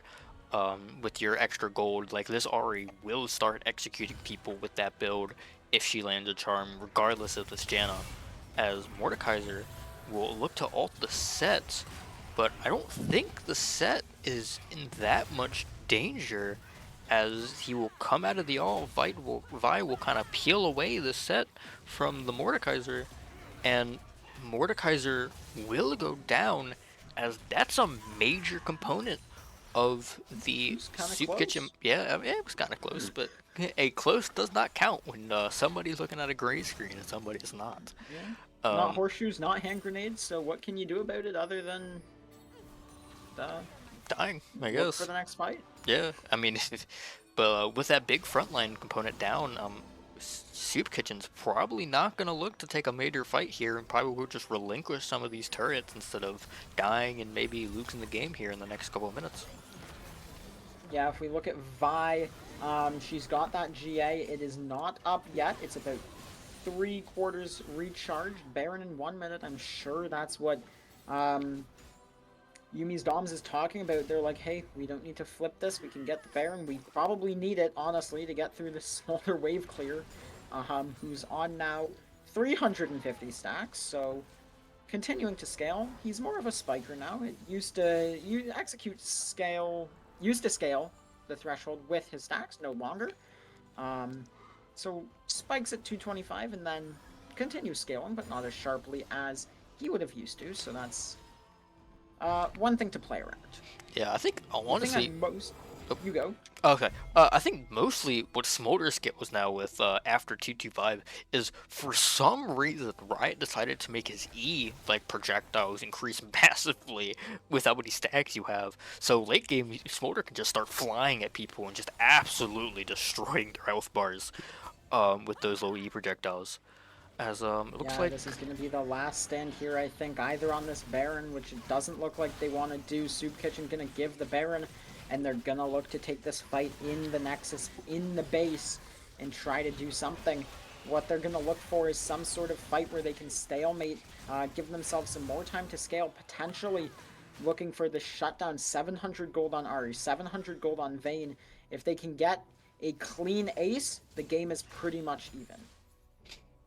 yeah, 100%. But I think with just the 9k gold lead on the side of Yumi's Dom, it is going to be very hard to get a clean ace here. While on the other side, if Yumi's Dom gets that clean ace, that is just GG for the series. As Ari will land the charm on the Sivir, but with them Q backwards.